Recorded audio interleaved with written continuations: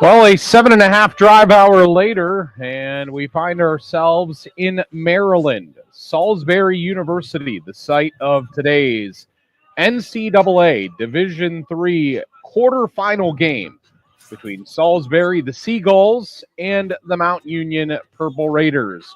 Both teams enter 12-0 with a chance to move on to the national semifinal next week to play the winner of Johns Hopkins and Mary Hardin Baylor. That game being played today, I believe, in Baltimore. John Bozica along with you. George Bozica to my left. It's another Raiders Saturday as the Purple Raiders have made the road trip today, their longest road trip by my math of the year. I thought Ferrum would have maybe been a little bit longer to start the season, but this one was longer. I did the math because I made both trips, and I know that this one was longer. John Bozica, George Bozica along with you. George, man, we started the season with this team down in the Blue Hills, the Blue Ridge Mountains, and now here we are all of these months later in December, and this game packs a lot more meaning behind it, and the teams that started the year looking at postseason runs, we've been dwindled down to 8 now, and truly at this point, everybody left standing. You hate to say it because it's a cliche, but everybody is good at this point. Yeah, most definitely. I was thinking the same thing. A lot of the Elite 8, they're all good. They all can beat each other, and that's where we're at in the playoffs. By the way, I think Ferrum just seemed longer. It did. Because we were winding through the mountains as we got there, and it seemed like I remember one time looking at the GPS, and it said we had 30 miles to go, but it was an hour and a half to get there.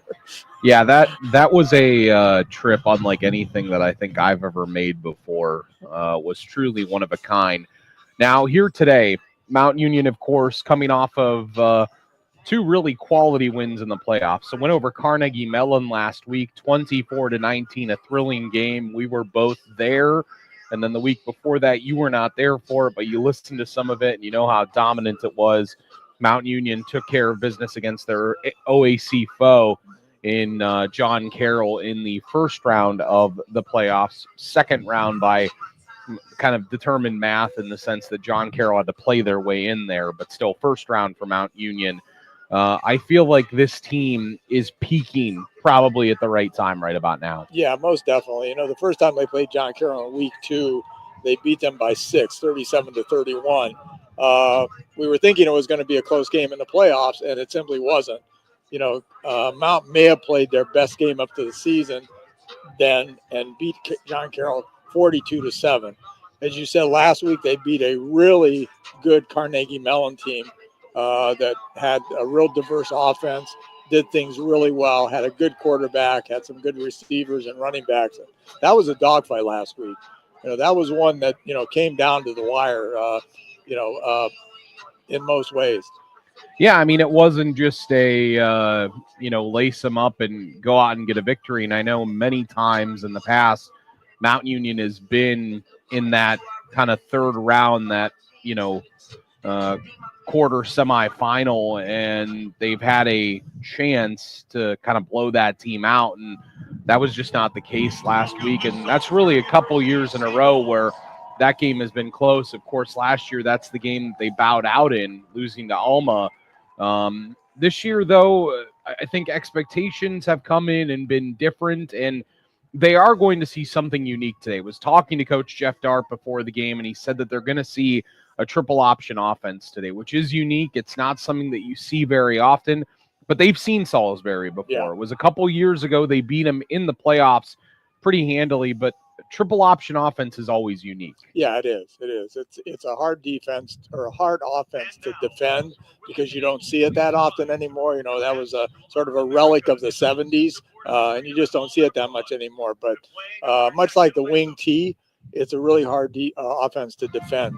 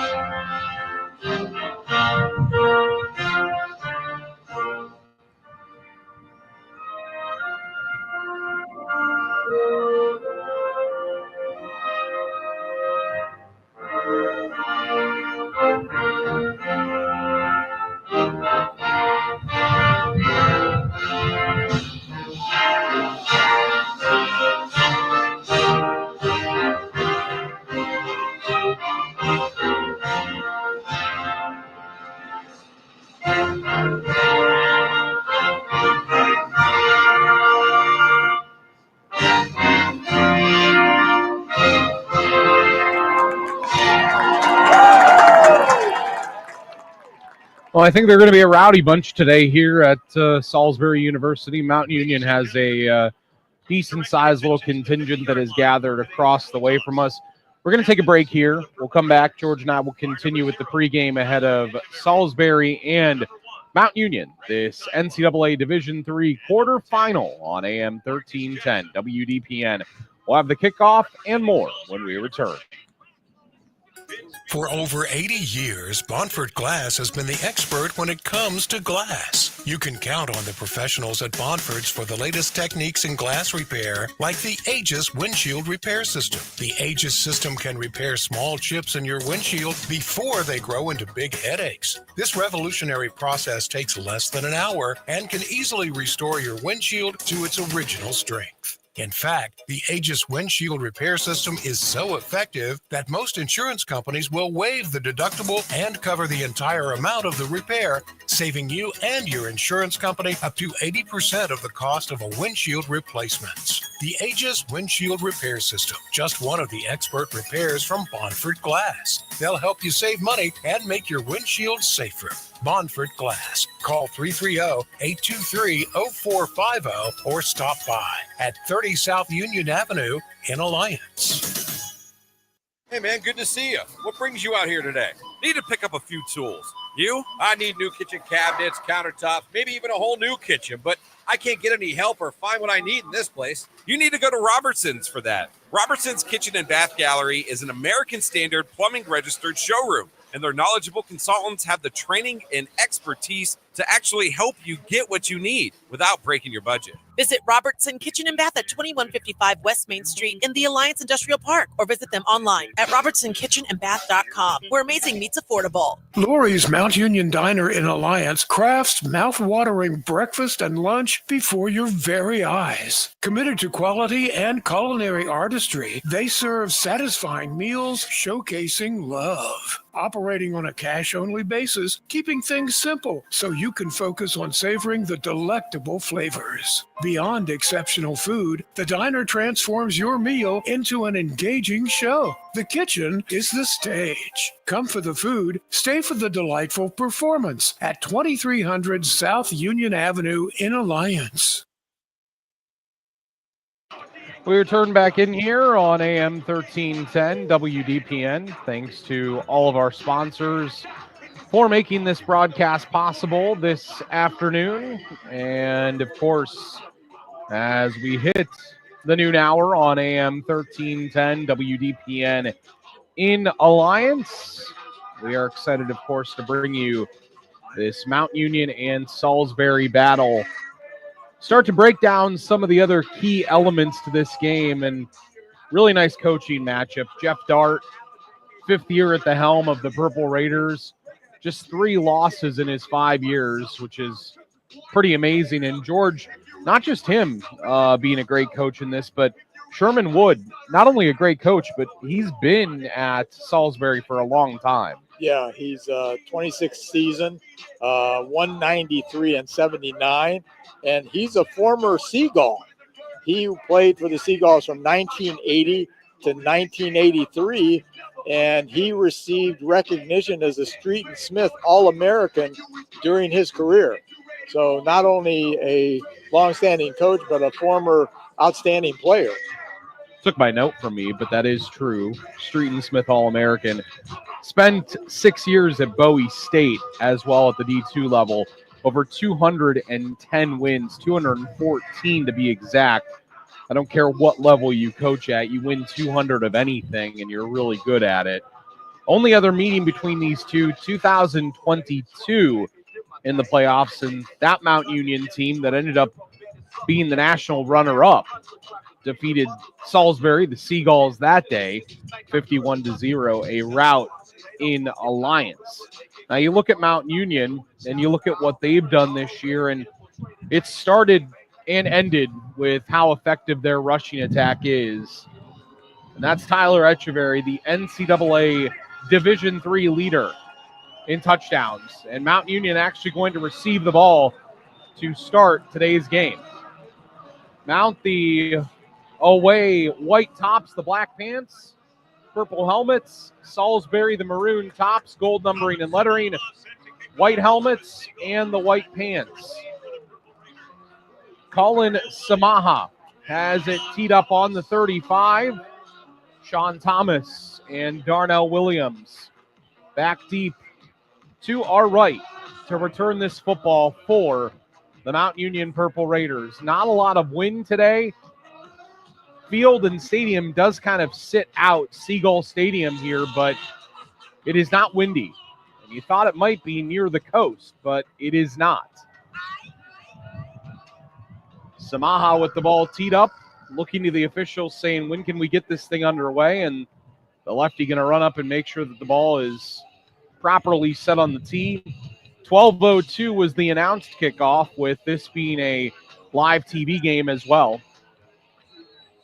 And again, Samaha, the lefty, will get set to put a boot into it here with Thomas and Williams deep to our right.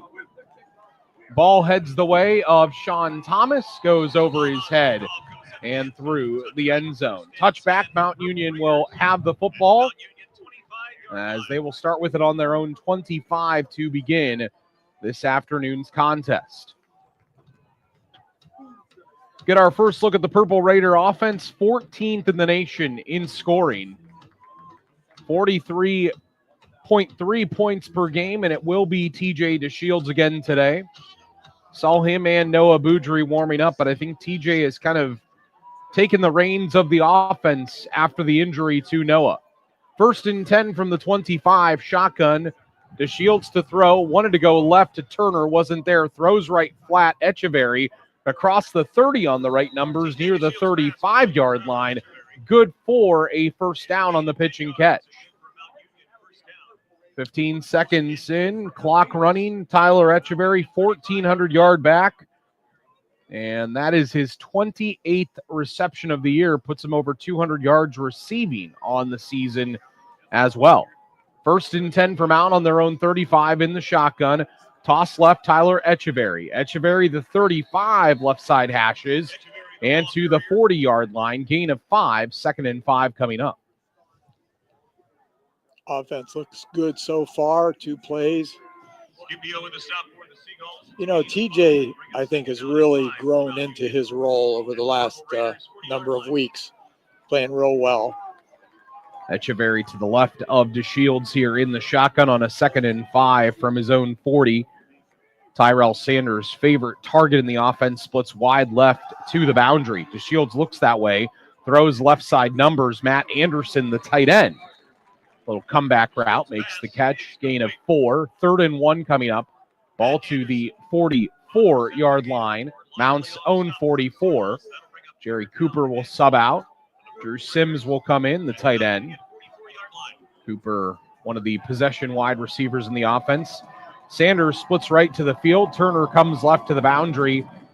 2 tight ends right, Anderson and Sims. Echeverry on a 3rd and 1 behind DeShields.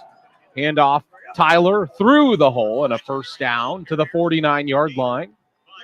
Nice little isolation play. Yeah, I like that play. They had 2 additional blockers on the right side of the line of scrimmage. They pulled to the left, and then Echeverry ran right behind them. 1st and 10 for Mount to their own 49-yard line. Clock running at 12:55 in the opening quarter. Sanders and Turner go wide right to the field. And in the shotgun is DeShields, who is back to throw. Sails one deep right sideline for Turner. Turner can't bring it in. Right numbers down on the 20-yard line. Nice coverage out there by the corner in Joey Scipio, or Jordan Scipio. Yeah, there was really good coverage there. That would have been a tough catch. And a correction, the previous run was Anderson, not Echeverry. So no, it was Echeverry. Was it Echeverry? Okay. You're looking at receiving there. I'm looking at receiving. 2nd and 10 for Mount on their own 49-yard line. Turner again comes left. Sanders goes right. Shotgun snap coming up to DeShields. Handoff running right is Echeverry. Echeverry strung out. Right side numbers trying to get the sideline and reaches the ball out maybe for a gain of 1 to midfield.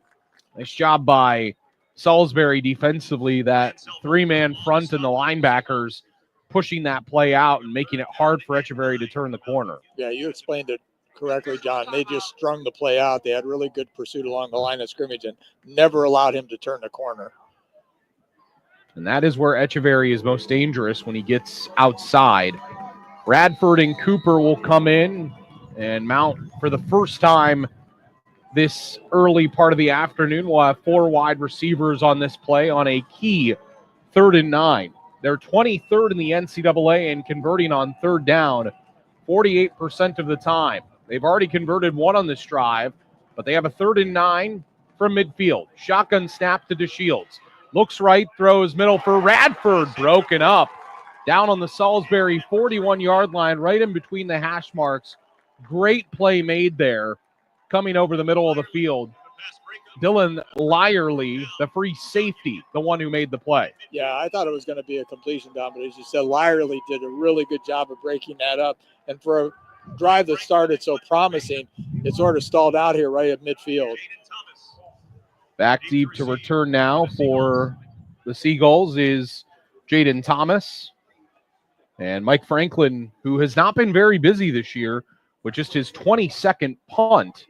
This one going to bounce on the 20-yard line and going to be picked up by Darnell Williams on the Salisbury 17. They'll mark it, though, at the 19.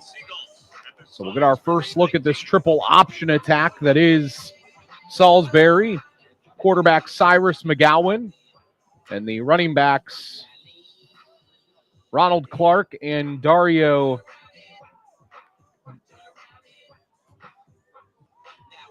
Belazaire.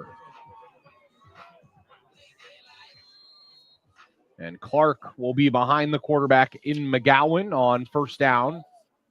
In this triple option look, toss right though, and running right comes the first carry of the game for Salisbury.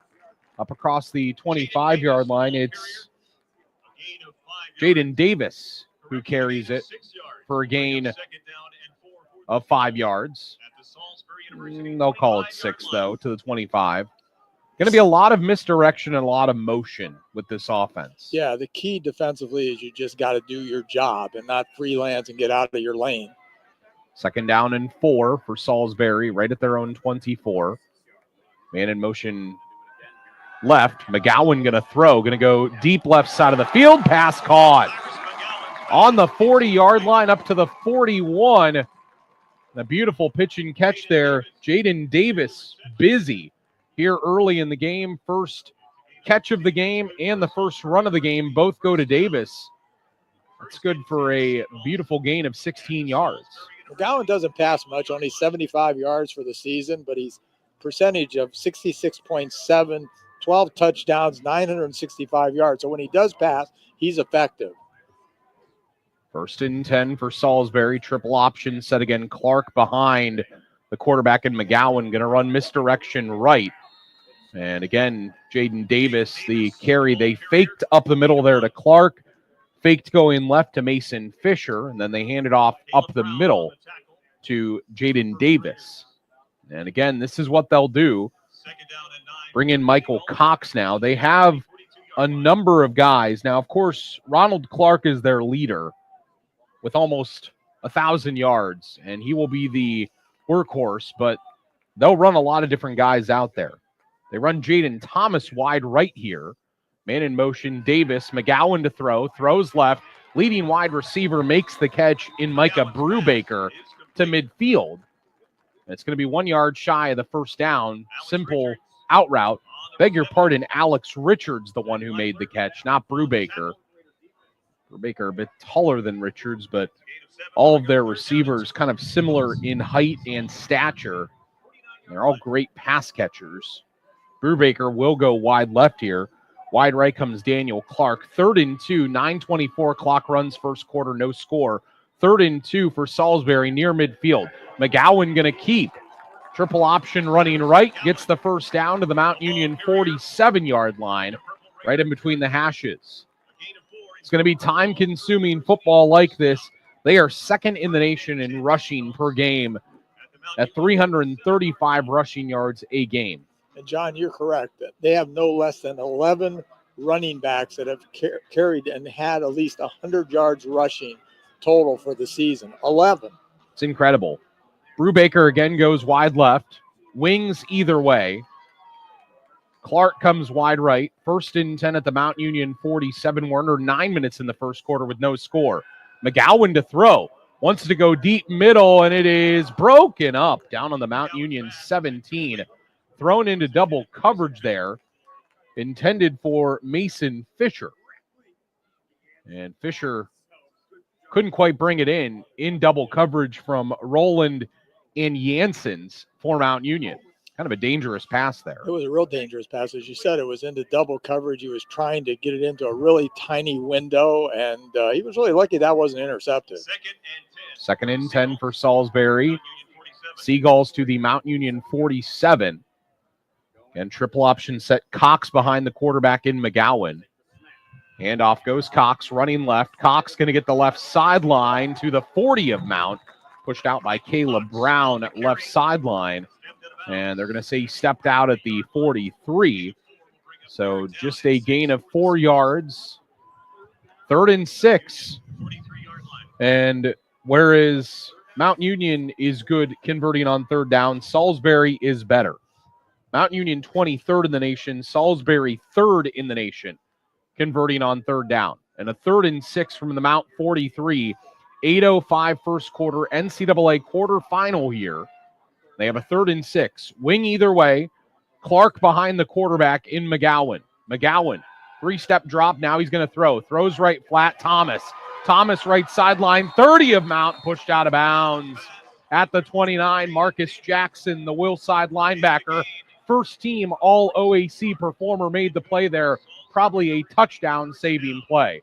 Good for a 1st down, though, on a beautiful pitch and catch, a gain of 14. You know, Salisbury's really opening it up today. They've already thrown the ball 4 times. This is a team that averages 6 passes a game, and on their first drive of the game, they've already thrown the ball, as I said, 4 times. So they're really going against type here by throwing the ball as much as they are. Daniel Clark comes right. Ronald Clark behind the quarterback in McGowan. Triple option left. Toss. Running left side numbers to the 29 of Mount. Jazz Jackson makes the tackle as Mason Fisher, the ball carrier. Fisher has carried it almost 20 times this year for over 200 yards. We haven't even seen Andre Matthews. He'll carry it. Dario Belizaire, he will carry it. We haven't seen him touch the rock yet today. Daniel Clark comes wide right. Man wide left as well. Ball on the left hash. 2nd and 10 on the Mount 29. Toss right. This is Belizaire. Belizaire, right numbers 20 to the 15. Toe taps the sideline and gets down to the Mount 13-yard line. Big gain of 16. Belizaire makes a nice run. He's approaching 700 yards this year, and this drive has been methodical. That started on their own 19. They're down into the red zone to the Mount 13-yard line. Yeah, methodical is correct. They're really keeping Mount off balance by mixing in those passes, and it's just been a really good drive thus far. McGowan goes under center. Brubaker wide left. Daniel Clark wide right. Handoff Ronald Clark right up the middle, and Clark going to gain 3 to the Mount 10. And before that, whistles, and we'll wait where the hanky is going to go. Officials conferring, side judge and line judge. Officials today, by the way. Offside on Mount. Michael Jarasinski, the referee, the umpires, Steve Hoover, Kyle Rezanovich, the head linesman, line judge Brian Kemble, Trey Tarantini, the field judge, the side judge is Brian Shar, and the back judge is Alex Rowan. So 5 yards given there. We're under 6 minutes already in the first quarter. What a time-consuming drive this has been. 1st and 5 for Salisbury on the Mount Union 8. Option, running left, toss, Fisher from McGowan. Left sideline, 5. Pylon, left side of the end zone, touchdown. Little option toss left, and Mason Fisher is into the end zone for the first time rushing this year. Yeah, John, he reached out from around the 2-yard line and landed right on top of the pylon for the touchdown. Looked to me like he was going to be stopped short, but he did a really nice job of extending his body to get the touchdown.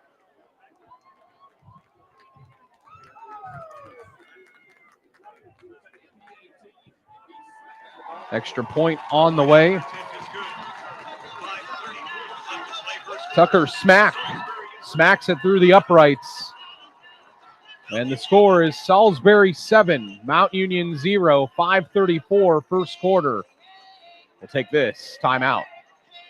Regional EMS stands as your trusted partner for all things emergency and non-emergency transportation. From the swift response in Carroll County to the seamless transit in Summit, Stark, Portage, and the Mahoning Valley, they've got you covered. Regional EMS is more than just a ride. They're your go-to for business-to-business solutions, too, adapting to meet diverse needs when others won't. Don't hesitate. Connect with Regional EMS today at 330-987-4373 and let them be your solution when time matters most. 5:34 first quarter, and Salisbury with an impressive drive to score as they lead 7-0. George will recap it here in a bit. Colin Samaha will kick it deep from the 35. Thomas and Williams back deep to our right for Mount Union. White tops and the black pants. And Mount Union needs to respond after that statement drive by Salisbury, and Samaha, the lefty, kicks it into the end zone. First and 10 from Mount from their own 25 coming up. John, on that drive summary, 12 plays, 81 yards, used up 6:18 time of possession. Mason Fisher with the 8-yard run. Tucker Smack with the point after. And as you said, Salisbury up 7-0 with 5:34 in the first quarter on a very impressive drive. So first and 10 for Mount at their own 25-yard line. 5:34 in the first quarter. TJ DeShields in the shotgun. Darnell Williams in motion. Push pass going right. Williams right sideline, 30 to the 35-yard line and close to a first down. Gain of 10. Just like the first drive, Mount Union's first play, highly successful. And interesting that normally they don't involve Darnell this early in the game, but second drive of the game and maybe looking for a spark offensively, they bring him into the game. I'm glad to see him in there. I know that's been a discussion all season with you and Sam, is get Darnell more involved. He is so elusive in the open field. First and 10 from Mount from their own 35. Back to throw is DeShields. Had no one open. Rolls right, throws right sideline. Intercepted near midfield. Running towards the near side of the field, Dylan Lyerly. Picked it off right at midfield. Intended in Salisbury territory at about the 46-yard line. It was intended for Nicky Turner. And the interception going to give a short field to Salisbury. Lyerly with his first pick of the year defensively. Yeah, I'm sure TJ would like to have that one back. He extended the play, threw it up the sideline, and Lyerly just did a really good job of jumping the ball and getting the interception. First and 10 for Salisbury, the Mount Union 43. McGowan to throw.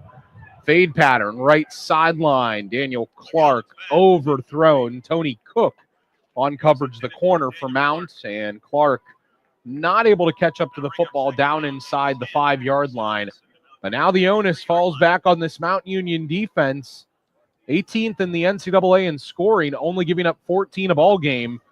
And if Salisbury scores here, they'll have 14 early in the game. You knew it would be a battle, though. Second and 10 for Salisbury to the Mount 43. Ronald Clark behind the quarterback in McGowan. Hand off Ronald Clark, his first bigger carry of the game. And gets inside the 40. Does the leading rusher for Salisbury to the 36-yard line of Mount. You know, John, though, I like the previous call. You've had a turnover.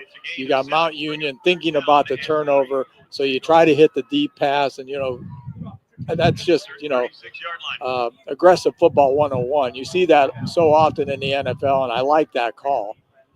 McGowan goes under center, wing either way.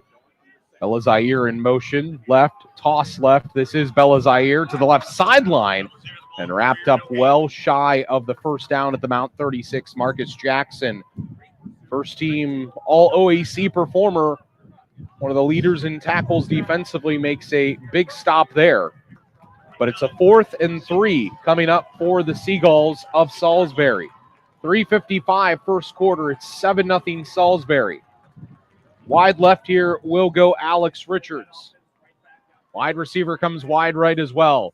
Under center is McGowan. Man in motion. He's going to throw. Looks middle. Fires middle. Bella Zaire down on the Mount 14-yard line and broken up. Bella Zaire running step for step there. And Johnny Rowland made a nice play defensively, preventing that from becoming a big potential play. The first team All-OAC performer, the safety, with a nice play. So the turnover, not going to come back to haunt Mount Union. They force Salisbury into a 3-and-out. Ends up being 4 now because they went for it on 4th down. But Mount Union with a 1st and 10 now at their own 36. See if they can jumpstart the offense down 7-0 here on the road in the NCAA quarterfinal. Shotgun, handoff, Echeverry.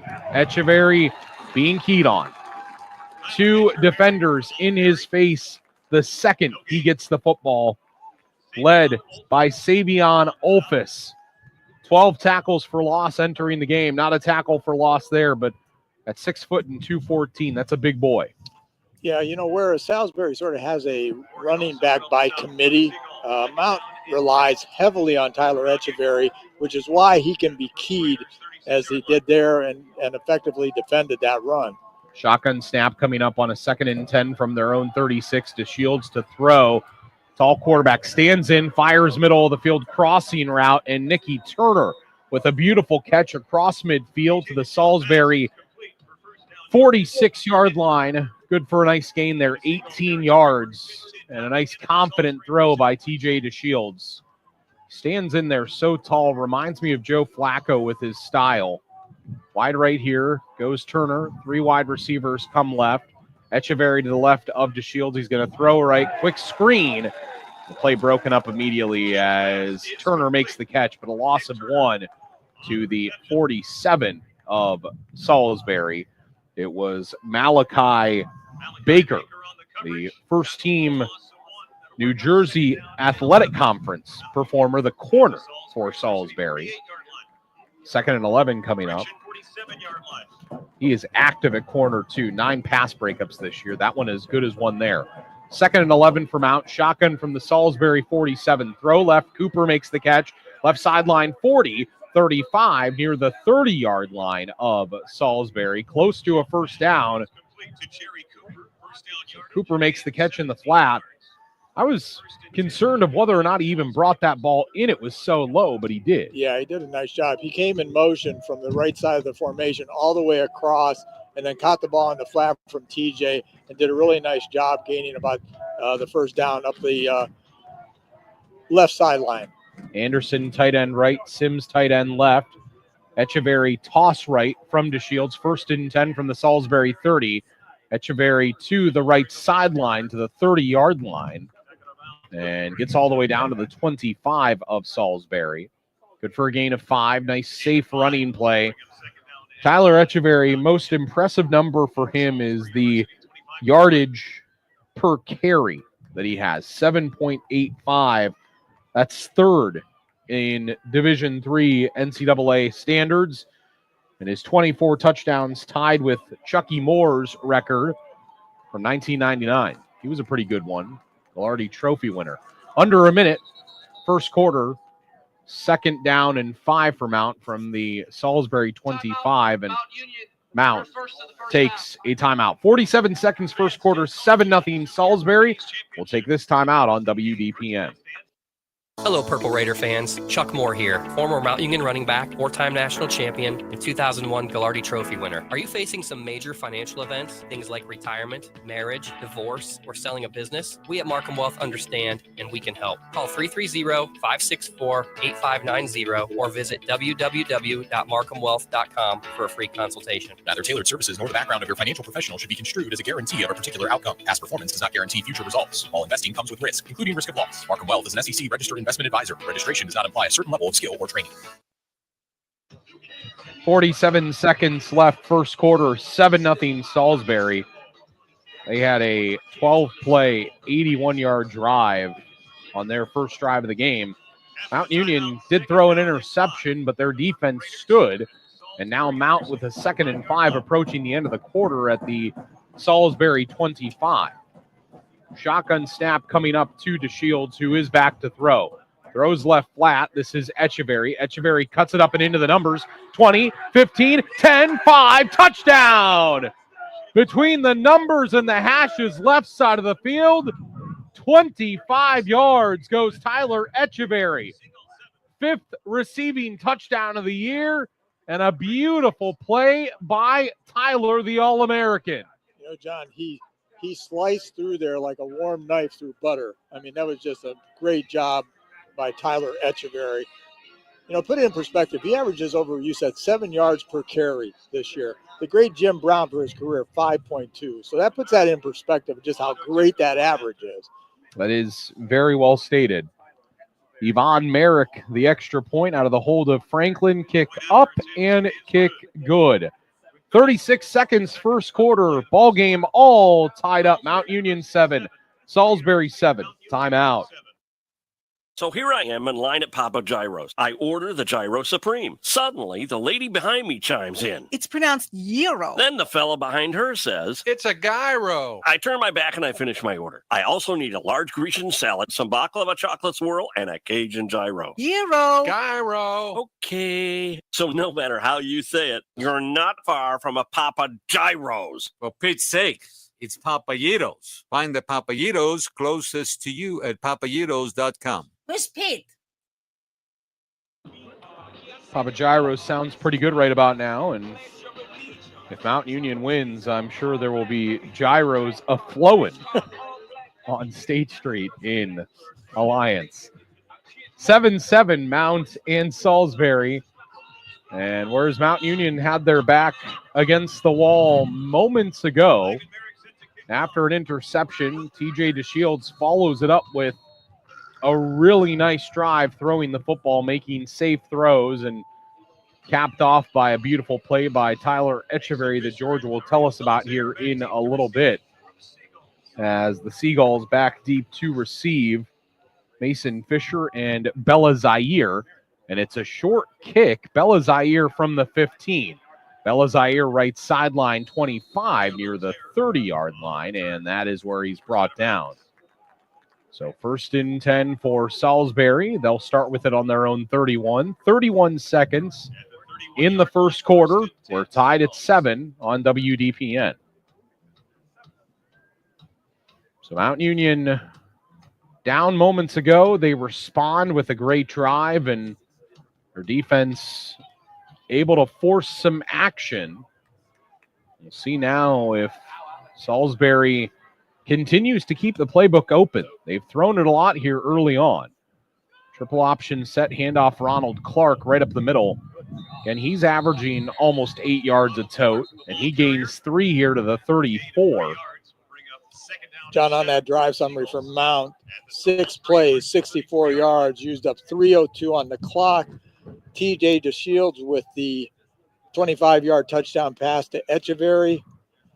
Point after was good. 7-7. We're now almost at the end of the quarter. We are at the end of the quarter. Zeros on the clock, but 7s across the board from each other. Salisbury 7, Mount Union 7. End of 1. NCAA Division III quarterfinal. We'll take this quarter timeout. For over 80 years, Bonford Glass has been the expert when it comes to glass. You can count on the professionals at Bonford's for the latest techniques in glass repair, like the Aegis windshield repair system. The Aegis system can repair small chips in your windshield before they grow into big headaches. This revolutionary process takes less than an hour and can easily restore your windshield to its original strength. In fact, the Aegis windshield repair system is so effective that most insurance companies will waive the deductible and cover the entire amount of the repair, saving you and your insurance company up to 80% of the cost of a windshield replacement. The Aegis windshield repair system, just one of the expert repairs from Bonford Glass. They'll help you save money and make your windshield safer. Bonford Glass. Call 330-823-0450 or stop by at 30 South Union Avenue in Alliance. Start of the second quarter, Salisbury with a 2nd down and 7 going right to left now on their own 34. Triple option set, running left McGowan and pushed back. Mount Union getting some pressure in there. Caleb Brown, Rossi Moore, the defensive end and Bandit linebacker, respectively. The second-team All-American and preseason All-American is Rossi. And Caleb Brown, I feel snubbed as a potential All-American.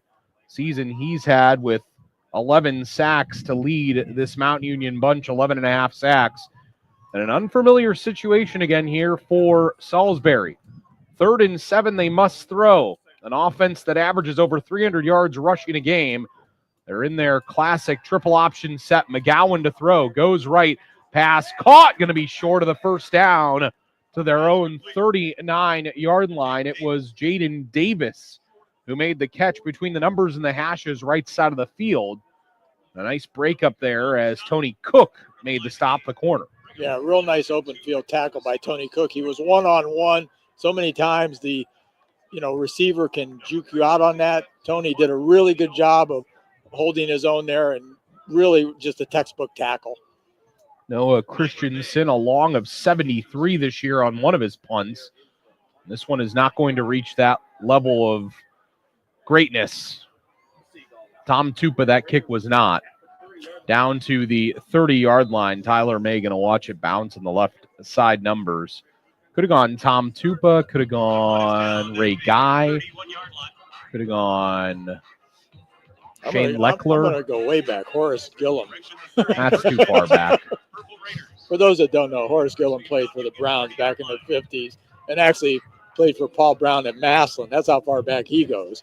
Yeah, your references all date. They don't even date you because you weren't even alive for that. I wasn't. I just know it. 1st and 10 for Mount. They'll have it at their own 30. 13-27. Second quarter, we're tied at 7. They're in the shotgun, more of a pistol. Handoff coming right. Echeverry had a hole. It closed quickly. Echeverry still got 5 out of it, though. Almost 6, but 5 to his own 35. And player down and hurt for Mountain, Drew Sims, the big tight end, writhing in pain on the field. For an injured offensive player. And with the injury on the field, 13-10, perfect time for us to take a break here on WDPN AM 1310.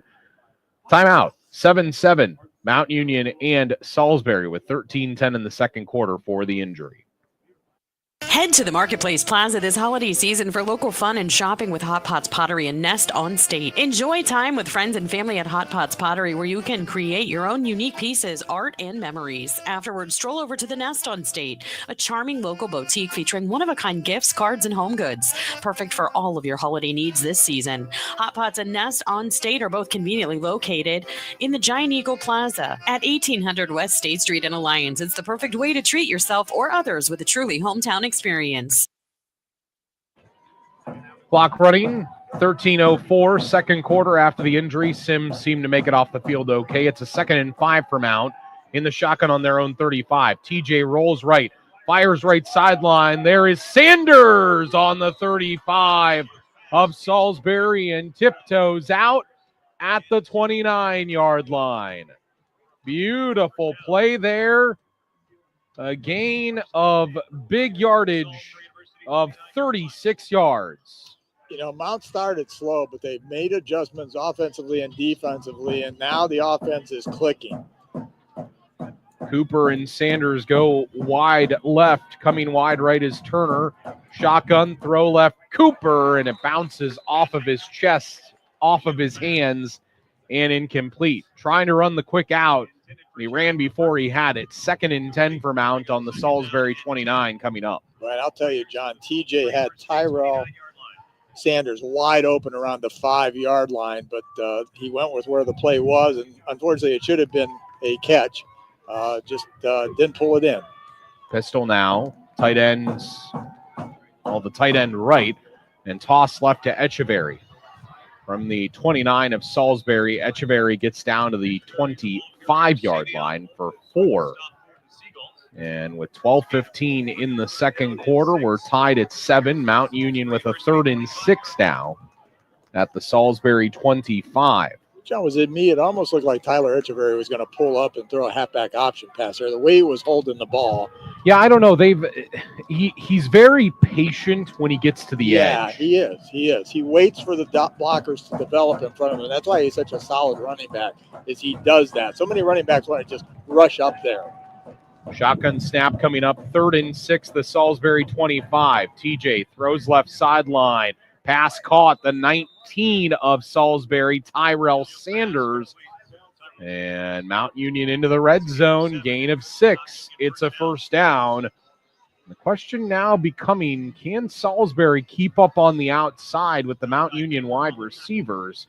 They've seemed to have their way when they want it. I really like TJ's patience, too, that he's showing. He's, taking what they're giving him. And, even though he had that interception, he seems like he settled down after that, and he's actually playing better now. Sanders goes wide left. Cooper and Turner come wide right. And before the play, uncharacteristic, this veteran unit up front, Aiden Cange, the left tackle, wanted to get an early start.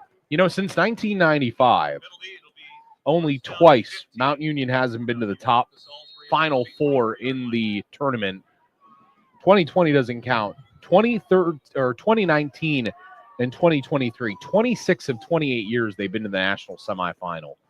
1st and 15 for Mount on the Salisbury 24. Throw left. Sanders again makes the catch inside the 20 to the 16. Good for a gain of 8. So 26 of 28 years they have been to the Final 4. That is why it's known as the Mount Union Machine. That started under Larry Karras, kept itself under Vince, and now, of course, Jeff, who is in the family, keeping the tradition going. 2nd and 7 for Mount on the Salisbury 16. Shotgun, toss right, Echeverry. Echeverry right numbers at the 20. Oh, man, brought down in the open field. Nice open field tackle made by Salisbury, getting in there and making a great play. Julian Walters, it appeared. I beg your pardon. It was Scripio on the stop. Didn't have that number on the roster there. Yeah, it's really on my nice. 2 deep, but it's not on my roster. Yeah, That's strange. as you said, John, it was just a really nice tackle in the open field. Under 10 minutes, second quarter. We're tied at 7. 3rd and 10 for Mount. The Salisbury 19. 2 wide receivers either way. Sanders, one of the 2 right. The favorite target in the offense. To Shields to throw. Looks that way. Throws that way. It's good for a 1st down. Right sideline to the Salisbury 8-yard line. Tyrell Sanders got open on the sideline. Gained 11 on a 3rd and 10. Yeah, Sanders just has a way of finding an open spot. And, he's locked in with TJ, and that's the 2nd completion in a row to him. Kind of started when TJ took the reins against Marietta that second half, that drive that set up the win. Of course, Tyrell made the game-winning grab against Marietta, but that marriage that's kind of formed between the two started that week. 1st and goal for Mount at the 8. They're in the pistol. Right hash. Sanders in motion. Throw, middle, pop pass, caught! Drew Sims, 2nd receiving touchdown of the year, 2nd of the day for TJ DeShields through the air. It's an 8-yard pitch and catch, 13-7 Mount, 9-13 second quarter. That play was a thing of beauty. Beautiful play action fake right in the middle of the line. Drew Sims wide open in the middle of the end zone. I mean, we could have caught that ball. I mean, that's how wide open he was. It was just like, execution was just amazing on that play.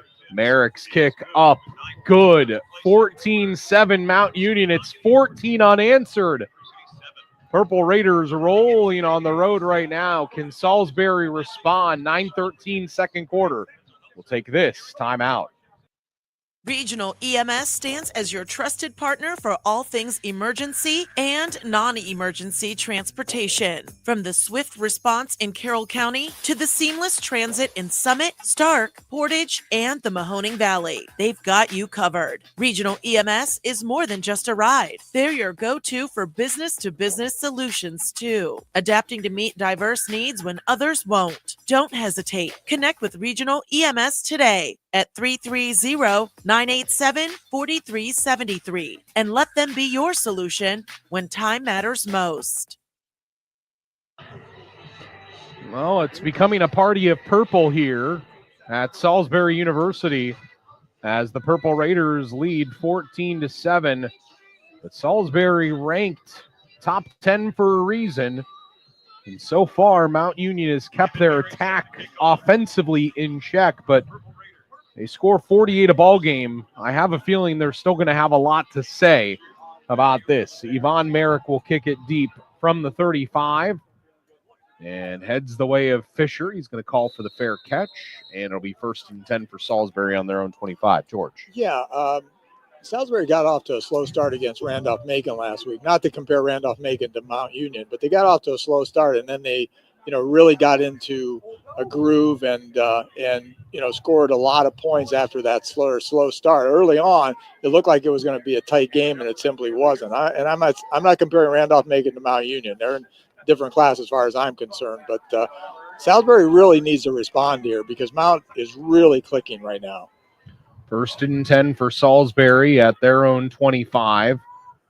Classic triple option set, toss right. This is Davis, and Davis brought down in the open field. Brandon Jansen's just a gain of 2 to the 27. Mount Union speed kind of showing itself all over the field. 2nd down and 8 upcoming. John, on that drive summary from Mount, 9 plays, 70 yards, 4:14 used up on the clock. The Shields with the 8-yard pass to Drew Sims, Merrick with the kick, and 14-7 now with 8:40 and ticking in the second quarter. 2nd down and 8 for Salisbury at their own 27. McGowan under center, man in motion running left. McGowan fakes. Now he's going to throw. Middle of the field. Daniel Clark makes the catch up across the 40, crossing route to the 46-yard line. Found an open spot in the zone, and it's a beautiful ball on a gain of 19. McGowan really threw a rope there. Yeah, real nice play fake by McGowan. He extended the fake, which was really good because it held the defense, and as you said, found the receiver wide open in the middle of the zone. So 1st and 10 for Salisbury to their own 46. Clark behind McGowan. Again, Clark, their leading rusher, almost 1,000 yards this year. And McGowan going to keep it here. Running middle of the field, hurdles over a defender. Man, he does not run in a sexy fashion, but that doesn't really matter because he gains 9. And it's a 2nd and 1 for Salisbury looking to respond to the Mount 45-yard line. 2nd and 1 coming up. 14-7 Mount Union, 7:28 second quarter. And Salisbury again on the move. Clark goes wide right. Brubaker comes wide left. Ronald Clark behind the quarterback here. Davis in motion, fake. And McGowan throws deep for Brubaker. Down on the 5. Oh, it's broken up. Middle of the field. What a job there by Tony Cook. Cook at 5'8" is giving up basically 5 inches to the 6'2" Brubaker. And that ball maybe could have been thrown just a little bit farther. But still a great pass breakup, 3rd and 1. Yeah, it was underthrown a little bit. It gave Cook a chance to recover. And as you said, John, a really nice breakup. This is an obvious typo. They have Cyrus McGowan at 6'2", 22,018 pounds.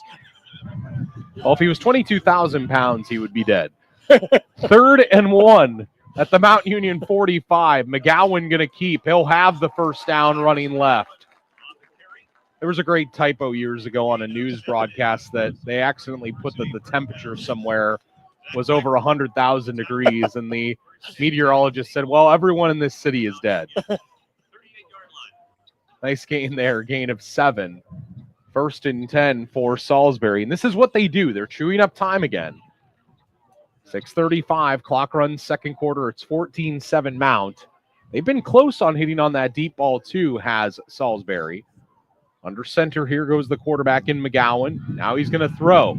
Throws left. Oh, nicely designed play. Fisher left sideline, 25. Down to the 20, near the 15-yard line. Mason Fisher, the wing right there, came around the play, caught it left sideline, and rumbled for a big, big gain all the way down to the Mount 15. 23 yards on the play. Yeah, as you said, John, real nice play design, wide open for the pass, and big yardage down the sideline. So 1st down and 10 inside the red zone. Richards goes right. Brubaker comes left. Wing left is Belazaire. Clark behind the quarterback in McGowan. Before the play, false start going to go here on Salisbury. 5:40, second quarter. It's 14-7, Mount Union.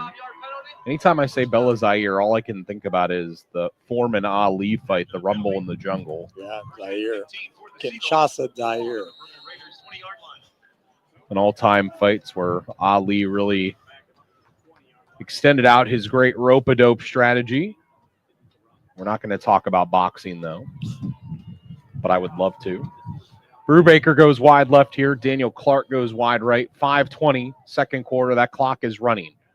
1st and 15, the Mount 20. McGowan to throw, left sideline. Brubaker. Did he bring that in? No, he did not. No. Incomplete in the northwest corner of the end zone. He almost made an ESPN top 10 level catch. Yeah, it would have been a circus catch. He had one hand on the ball. He just couldn't pull it down as he came to the ground. That would have been a catch of the year Yeah, candidate. that would have been an amazing catch. Tyrell Sanders has had a couple great catches this year. We saw one week 1 against Ferrum, and that was featured on ESPN's top 10.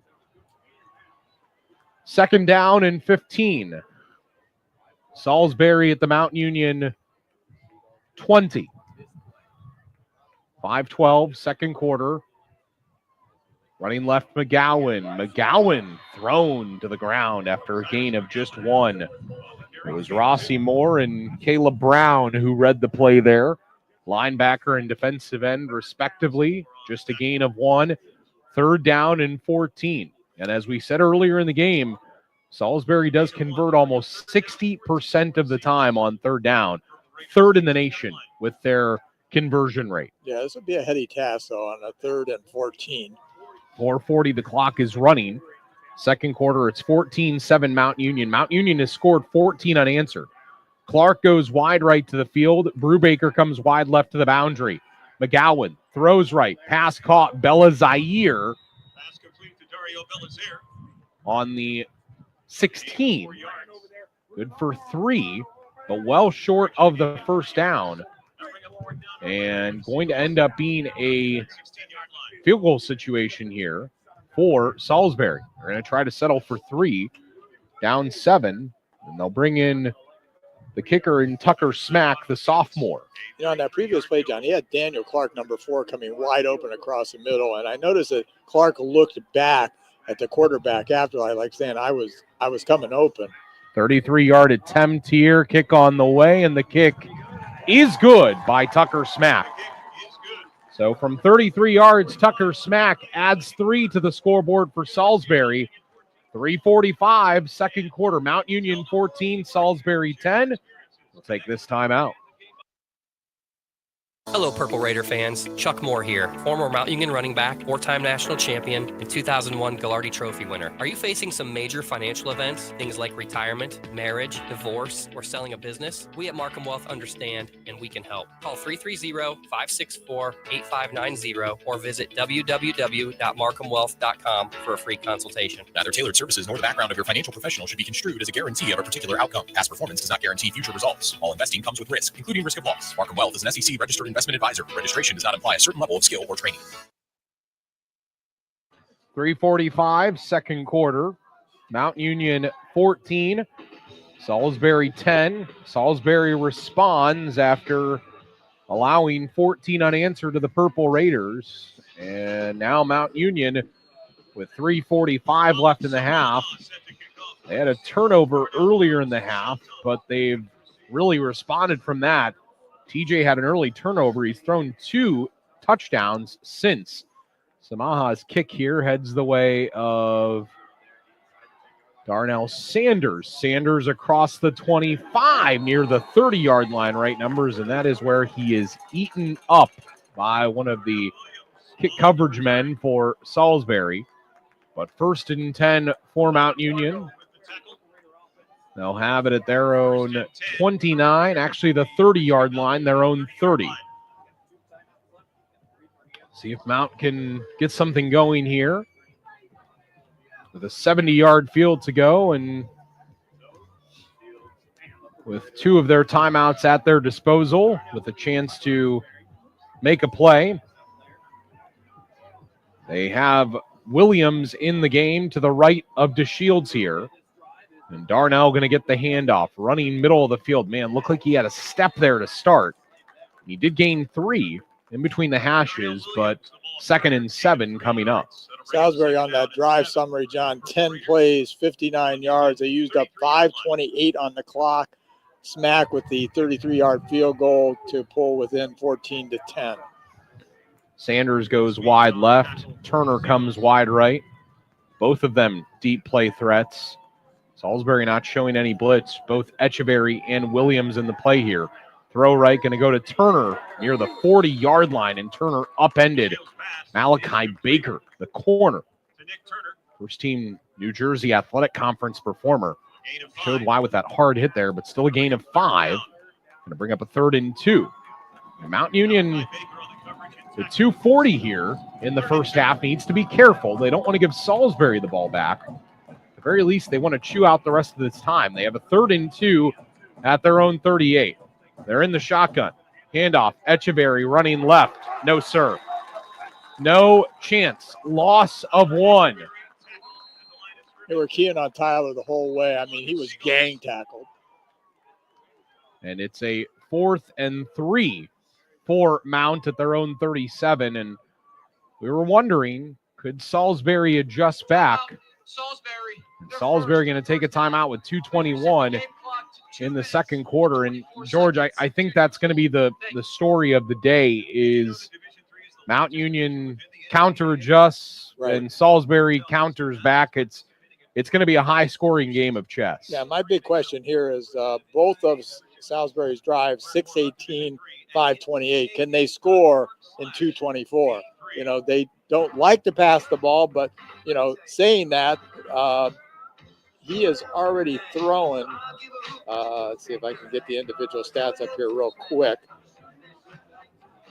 He's already good. He's already thrown the ball 12 times, and as I said, he averages about 6 throws a game. So he's already doubled that in the first half. So, you know, they have opened it up a little bit, but, you know, this isn't their MO to score in 2:24. They like to grind it out, but we'll see what kind of 2-minute offense they have here to finish the quarter. Mike Franklin, who, as I said, hasn't punted a lot this year, but has been really good when he has, kicks this one. Thomas from the 30. Flag is down. It looked like Thomas got across the 35 for Salisbury to the 39-yard line to his own 40. But again, there's a flag down for running into the kicker. Sure, that's the kind of penalty that keeps Sherman Wood up at night. Yeah, and that's a first down for Mount Union. Franklin was run into and not hit hard by any stretch, but Again, Salisbury trying to bring that pressure, and it was just enough to throw things off. And Salisbury had some momentum.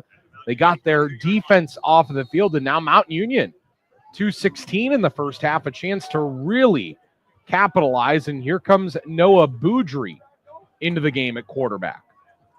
Sanders going to come wide right. Turner going to go wide left. Echeverry to the left of Boudry here. So Boudry's first playing time since when he played against Marietta, and Boudry going to roll right and throw. There's Echeverry to the 45, near midfield to the 49-yard line on the right sideline. You know, they brought Darnell Williams in motion. He looped around Boudry. Boudry looked at him first. I think Boudry didn't want to make that throw because there was 2 defenders there, and I think he was worried about the interception. So he brought it back to the other side of the field. So that was a heads-up play by Noah Boudry right there. 2-minute timeout. 14-10, Mount Union. And Noah Boudry, who has not played in about a month now. I think it was a Marietta game, I think. It was. At that time, yeah. Yeah, Marietta first half. Yeah. Last drive of the first half. Hurt his left leg, I believe it was, coming down the field, and he has not played since then, and TJ has done an admirable job, but, you know, we've heard rumblings that maybe this would happen, but, there was a late play last week against Carnegie Mellon where I remember TJ got a little shaken up, and I remember looking over at the sideline, and it looked like Boudry was throwing the ball really well, looked like he was warming up, he was loosening up and doing some high steps, and I remember at the time thinking, well, maybe they're going to bring him in, but they didn't because TJ sort of shook it off, but he looked like he was ready to go last week, but here we're seeing him with his first game action since Marietta on November 9th. It's been over a month and 5 days for Noah Boudry, and I'm sure it feels kind of foreign at the moment, but it's like riding a bike. You pick it right back up. So Darnell Williams goes wide right here. You don't see that very often. Sanders goes wide left, 2nd and 3. Handoff running left. Williams midfield, 45-40, and pushed out of bounds. Down to the Salisbury 38. Nice play there. Noah Boudry comes out. TJ DeShields comes in. Okay, it's so fun to watch Darnell Williams. Looked like he was going to be stopped at basically the line, and then he turned the corner and made a big gain in a first down. He's just like a human video game. Well, the thing you have to account for with Boudry being on the field is running. Now you have to account for the arm of TJ. 1st and 10 in the shotgun at the Salisbury 38. Salisbury not really showing any blitz, but it looks like man across defensively. And TJ back to throw. Guns it. Right sideline, Sanders. Sanders brought it in. Down on the 2-yard line, right sideline. A beautiful ball by TJ DeShields. A gain of 36. 1st and goal to the Salisbury 2. Yeah, Salisbury was definitely blitzing on that play. TJ read the blitz, as you said, wide open, and great pass. He had to wait on the catch, but still a great catch. 1st and goal from the 2. Pistol. Give Echeverry. Touchdown number 25 of the year for Ty Echeverry. Ran right over the center in Mason Fortner and the left guard in Gio Kennedy, and high stepped into the end zone.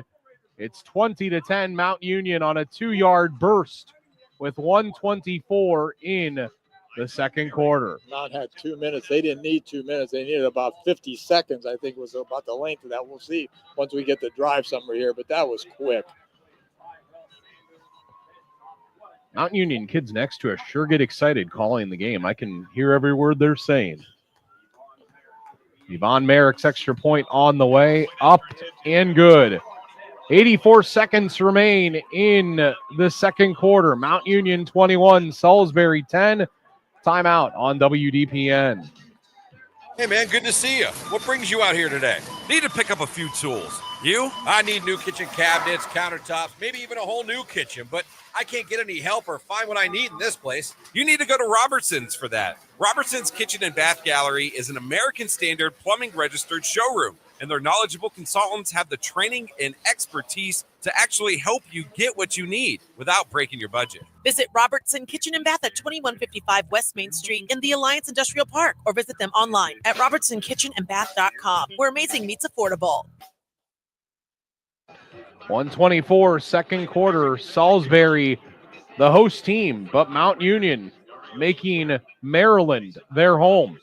21-10. They lead the Seagulls here at Seagull Stadium. I talked to Coach Dart before the game, and he said, I would much rather play on the road. I said, why? And he said, I can't really explain it. He said, I just like playing on the road. He said he would play on the road 15 times out of the year if he could. That's interesting. Not sure why, but I guess he likes the travel. He said the trip sucked, though. Merrick's kick into the air and caught in the wind. Fielded Bella Zaire inside the 5. Gets to the right sideline. Flags come in from multiple directions. Another flag comes in. Man, this is a lot of mess to clean up here. Yeah, it sure is. 2 flags, right sideline, a flag on the 30 on the right side hashes. Yeah, it looks like things are a little chippy between a Salisbury and a Mount player there on the flag on the 30, so be anxious to see what that is. And then not sure what the flags are there along the sidelines, but a lot of yellow on the field. Yeah, there is. And the Gulls that's in both end zones has that kind of yellow neon tint to it that we see in the Salisbury uniform. So now officials going to talk this over as they're playing KC and the Sunshine Band's Boogie Shoes here in this break. I don't know that that's the song I would choose. It's a great song. Anything from the KC catalog is good.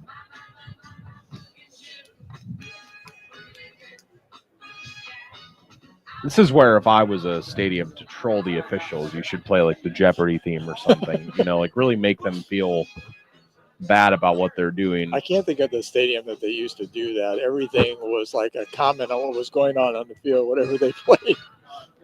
116, second quarter. It's Mount Union 21, Salisbury 10.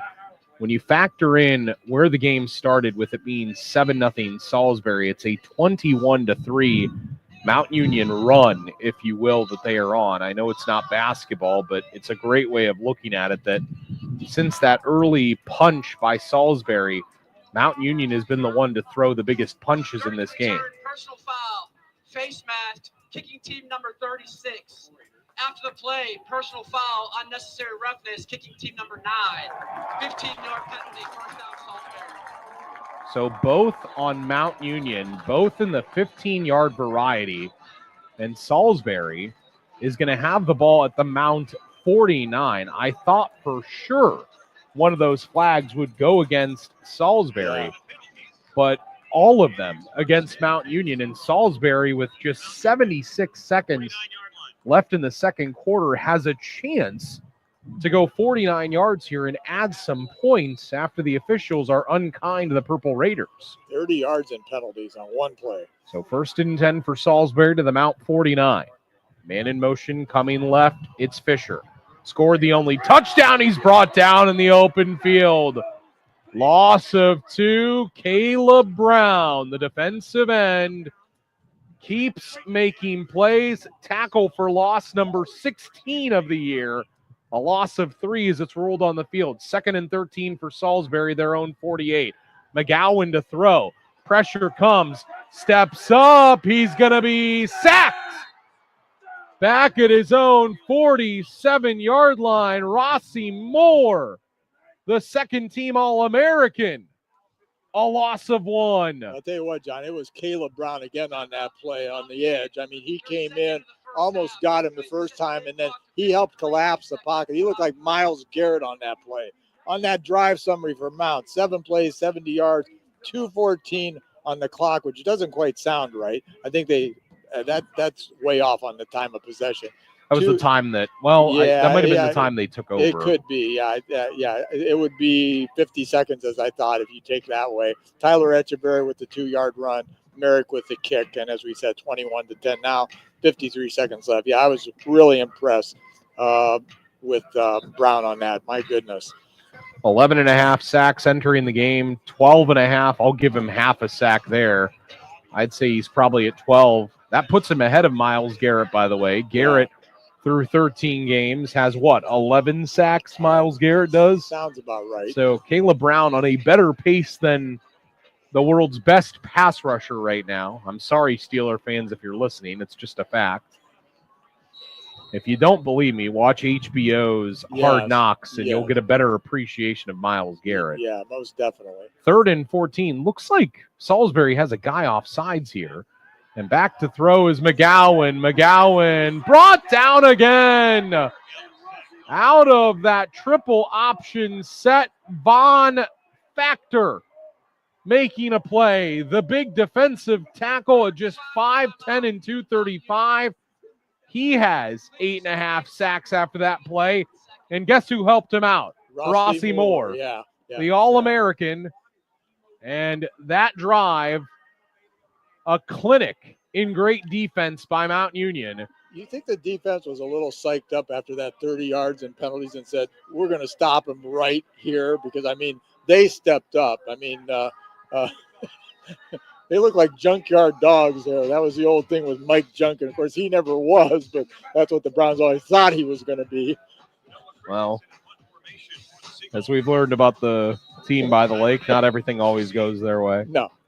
4th down and quite long here. 14 for Salisbury on their own 47.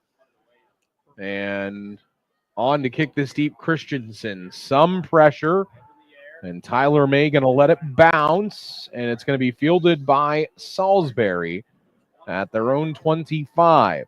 So, again, if you're wondering, winner here next week gets the winner of Johns Hopkins and Mary Hardin Baylor. Yeah, we'll see if we can get a score on that. I'm not sure. I don't know for certain. We've got Nate, the SID, behind me. I would like to think that if Mount wins, they would be home next week. What? He said good chance, not official. It's good enough for me. 7 hours less of travel is pretty good. 1st and 10 for Mount at their own 25. DeShields to throw. Looks left, has all day. Throws left, incomplete, left sideline at his own 35. Don't worry about it. We'll get it at halftime. All right. Focus on the game. There's still a game below us. Yeah, there is. There is. We drove for it, remember? 34 seconds left, second quarter. 21-10, Mount Union. They've scored 21 of the last 24 points in the game. They have a 2nd and 10 on their own 25. DeShields in the shotgun, Echeverry to his right. And a quiet half running the ball, but DeShields going to throw left, caught by Cooper. Cooper across the 30, near the 35 left numbers to the 34. They're going to give him to the 35. Clock stops to reset the chains. That aids Mount Union.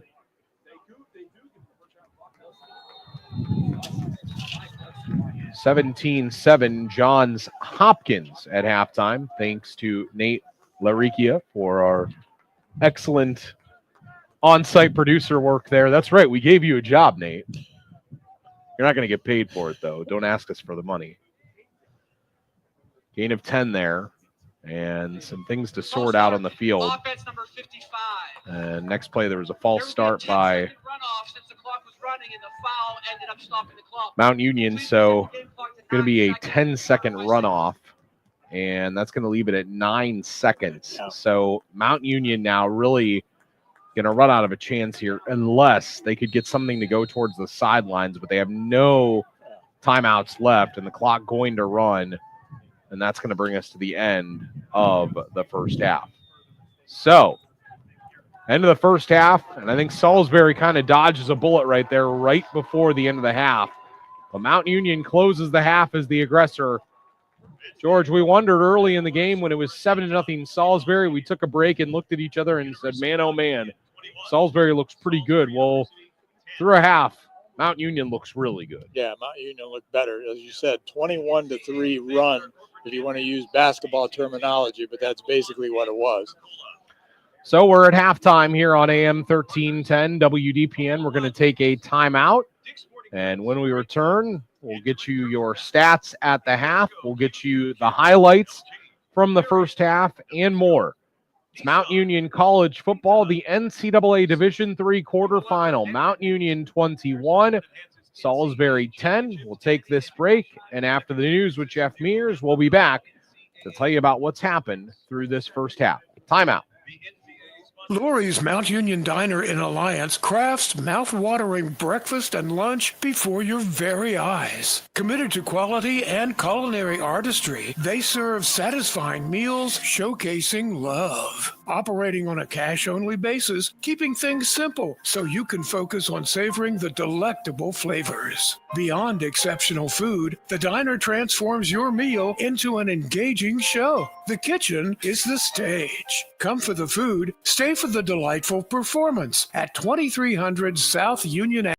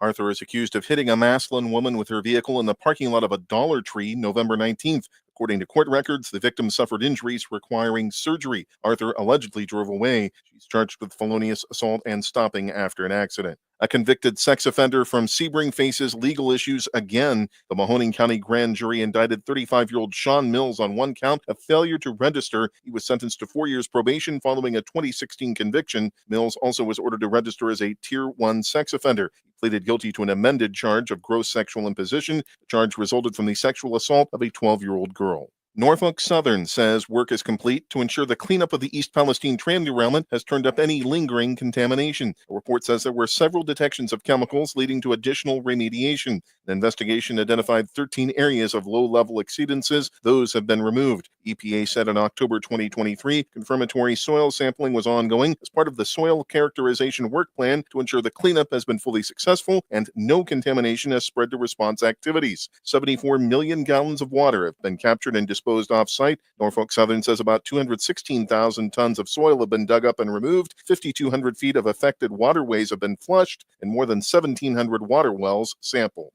More news after this. The Q92 Sports Network brings you more high school football and basketball games than anyone else, by far. But did you know that you can go back and listen to our broadcast again? Simply go to the Q92 radio page on SoundCloud. We posted the games we broadcast for everyone to go back and relive. We have playlists filled with our high school football broadcasts from 2016 to this season. So go to SoundCloud now, follow Q92 Radio, and listen.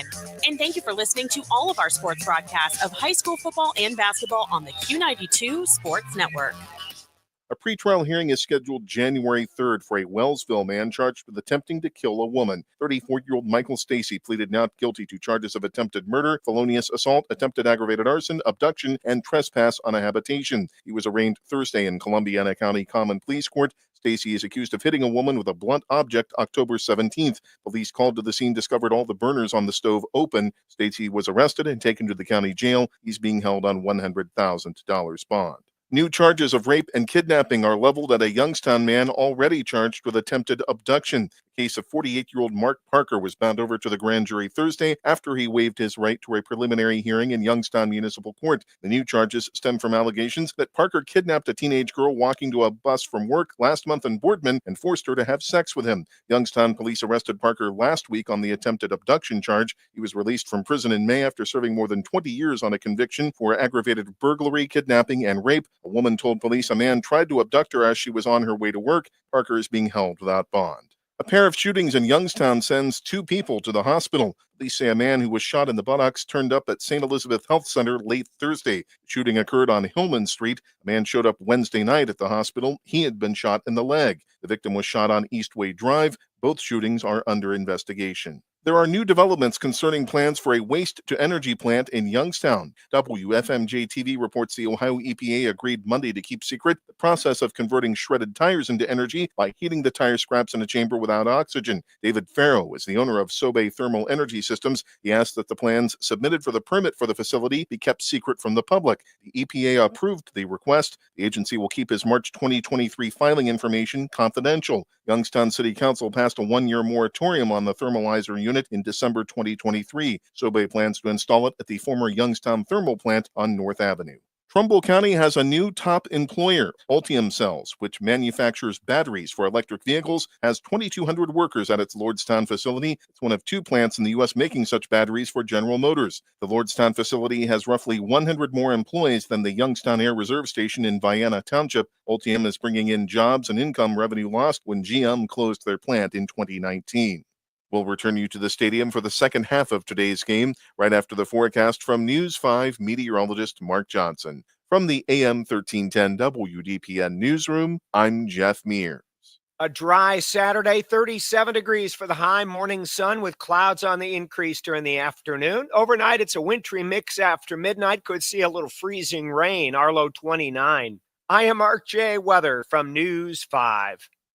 For over 80 years, Bonford Glass has been the expert when it comes to glass. You can count on the professionals at Bonford's for the latest techniques in glass repair, like the Aegis windshield repair system. The Aegis system can repair small chips in your windshield before they grow into big headaches. This revolutionary process takes less than an hour and can easily restore your windshield to its original strength. In fact, the Aegis windshield repair system is so effective that most insurance companies will waive the deductible and cover the entire amount of the repair, saving you and your insurance company up to 80% of the cost of a windshield replacement. The Aegis windshield repair system, just one of the expert repairs from Bonford Glass. They'll help you save money and make your windshield safer. Bonford Glass. Call 330-823-0450 or stop by at 30 South Union Avenue in Alliance. Head to the Marketplace Plaza this holiday season for local fun and shopping with Hot Pots Pottery and Nest on State. Enjoy time with friends and family at Hot Pots Pottery, where you can create your own unique pieces, art, and memories. Afterwards, stroll over to the Nest on State, a charming local boutique featuring one-of-a-kind gifts, cards, and home goods. Perfect for all of your holiday needs this season. Hot Pots and Nest on State are both conveniently located in the Giant Eagle Plaza at 1800 West State Street in Alliance. It's the perfect way to treat yourself or others with a truly hometown experience. Hey, man, good to see you. What brings you out here today? Need to pick up a few tools. You? I need new kitchen cabinets, countertops, maybe even a whole new kitchen, but I can't get any help or find what I need in this place. You need to go to Robertson's for that. Robertson's Kitchen and Bath Gallery is an American Standard plumbing registered showroom, and their knowledgeable consultants have the training and expertise to actually help you get what you need without breaking your budget. Visit Robertson Kitchen and Bath at 2155 West Main Street in the Alliance Industrial Park, or visit them online at robertsonkitchenandbath.com, where amazing meets affordable. Regional EMS stands as your trusted partner for all things emergency and non-emergency transportation. From the swift response in Carroll County to the seamless transit in Summit, Stark, Portage, and the Mahoning Valley, they've got you covered. Regional EMS is more than just a ride. They're your go-to for business-to-business solutions, too, adapting to meet diverse needs when others won't. Don't hesitate. Connect with Regional EMS today at 330-987-4373 and let them be your solution when time matters most. You're listening to Mount Union Football on AM 1310 WDPN. Well, we return back in here at halftime. Mount Union leading Salisbury 21-10. And the Purple Raiders dominant towards the end of that first half. After what was kind of a slow start, they picked things up and they were able to flex their muscles throughout part of the second quarter and even the late part of the first quarter. First thing we're going to do here at the half, we're going to look at our highlights from the first half for both of these teams and look how we got to this 21-10 game. Then after that, George will join us for the statistics here at the half. It was Salisbury that scored first, their first offensive drive of the game, and they went right down the field. 1st and 5 for Salisbury on the Mount Union 8. Option, running left, toss, Fisher from McGowan. Left sideline, 5. Pylon, left side of the end zone, touchdown. Little option toss left, and Mason Fisher is into the end zone for the first time rushing this year. So it was Fisher who scored on the 8-yard touchdown, but it wouldn't take much time for Mount Union to respond because the very next drive, they would come right back, and it was Tyler Echeverry who scored like this. Shotgun snap coming up to DeShields, who is back to throw. Throws left flat. This is Echeverry. Echeverry cuts it up and into the numbers. 20, 15, 10, 5, touchdown! Between the numbers and the hashes left side of the field, 25 yards goes Tyler Echeverry. 5th receiving touchdown of the year, and a beautiful play by Tyler, the All-American. What a play there for Mount Union to find the end zone, and it wouldn't stop there for the combination of TJ DeShields and his wide receivers. Very next opportunity Mount Union had, DeShields would do it again. 1st and goal for Mount at the 8. They're in the pistol. Right hash. Sanders in motion. Throw, middle, pop pass, caught! Drew Sims. 2nd receiving touchdown of the year, 2nd of the day for TJ DeShields through the air. It's an 8-yard pitch and catch, 13-7 Mount, 9-13 second quarter. So it would be 14-7 after the Von Merrick point after try, and the last touchdown for Mount would come late in the first half, and that's the last highlight we'll play here.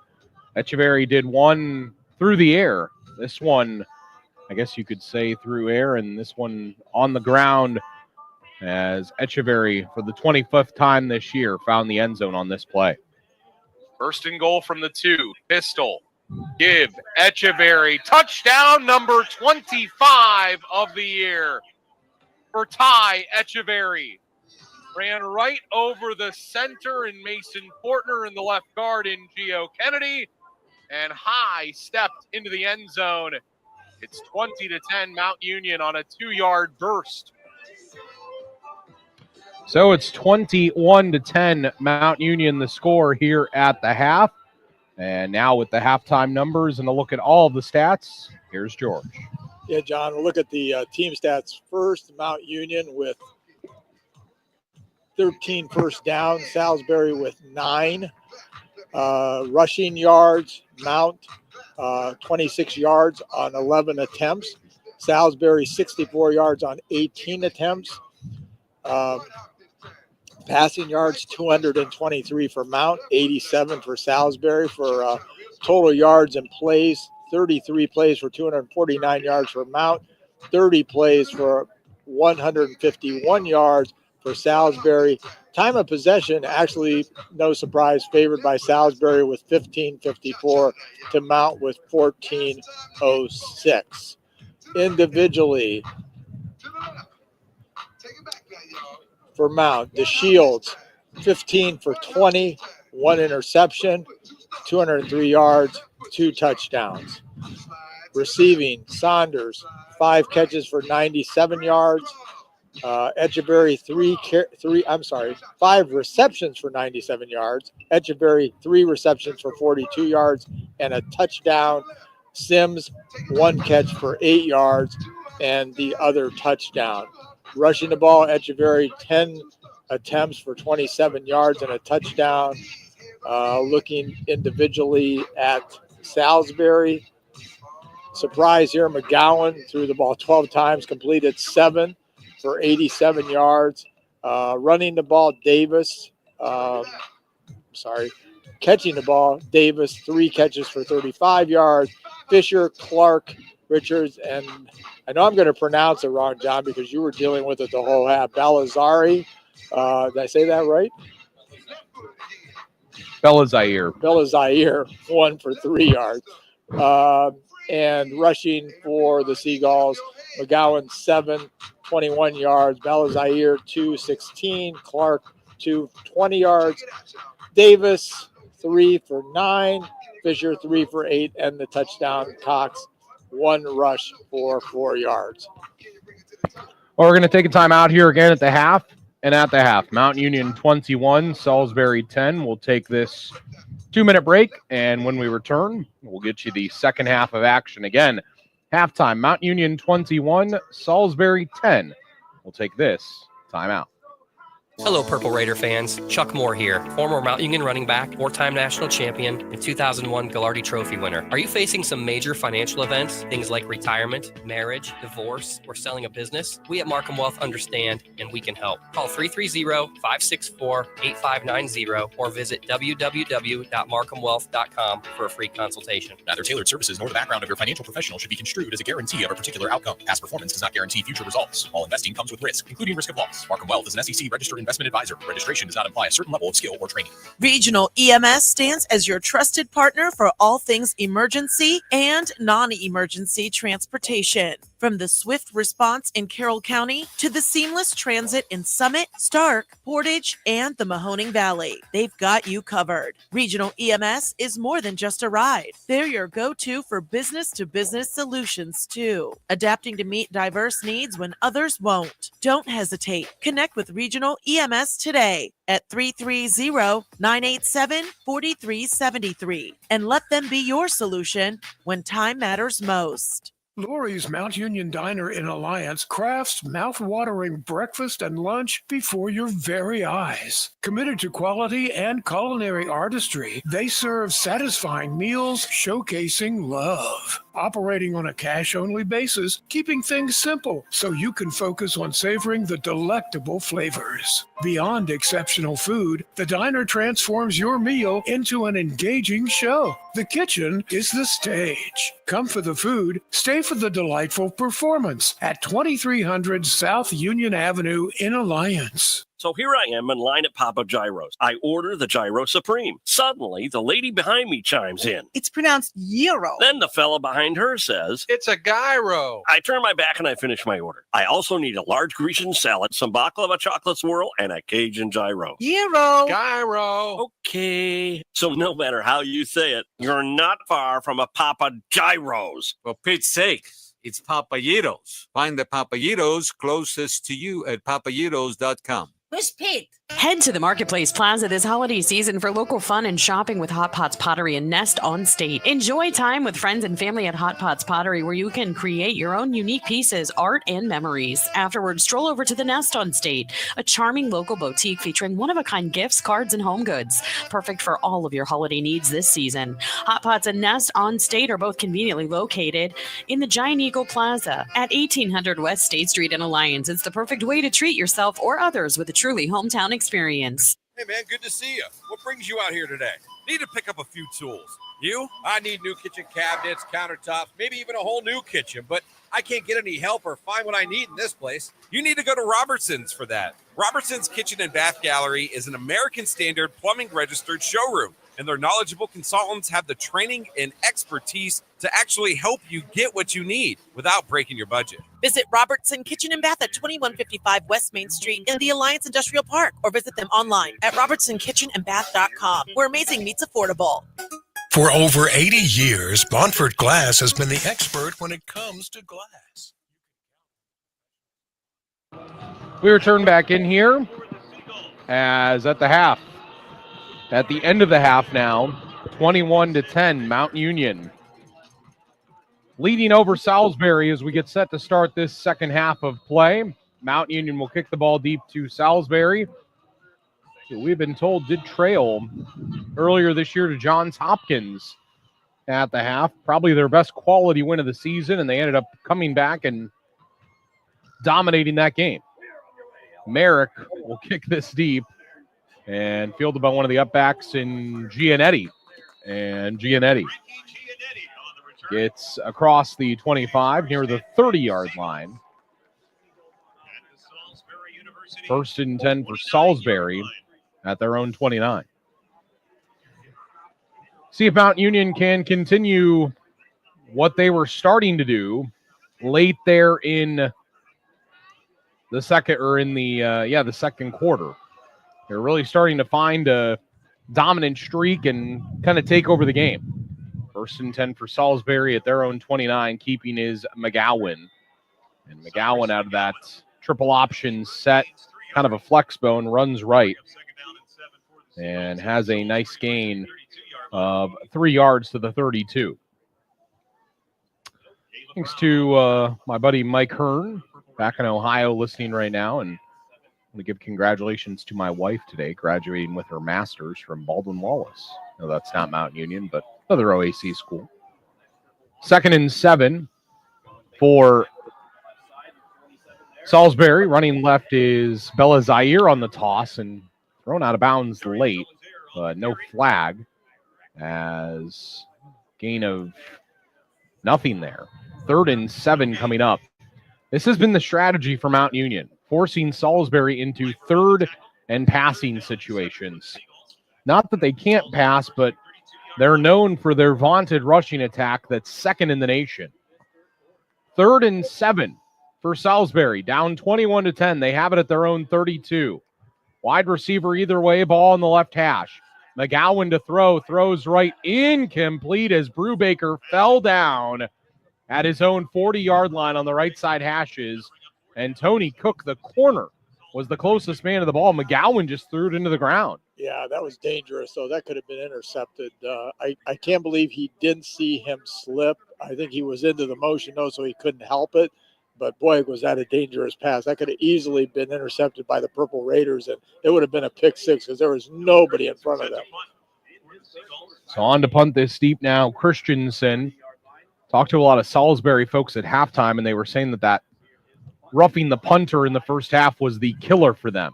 Tyler May going to watch this bounce inside the 20, inside the 15 of Mount, still rolling down to the 9-yard line.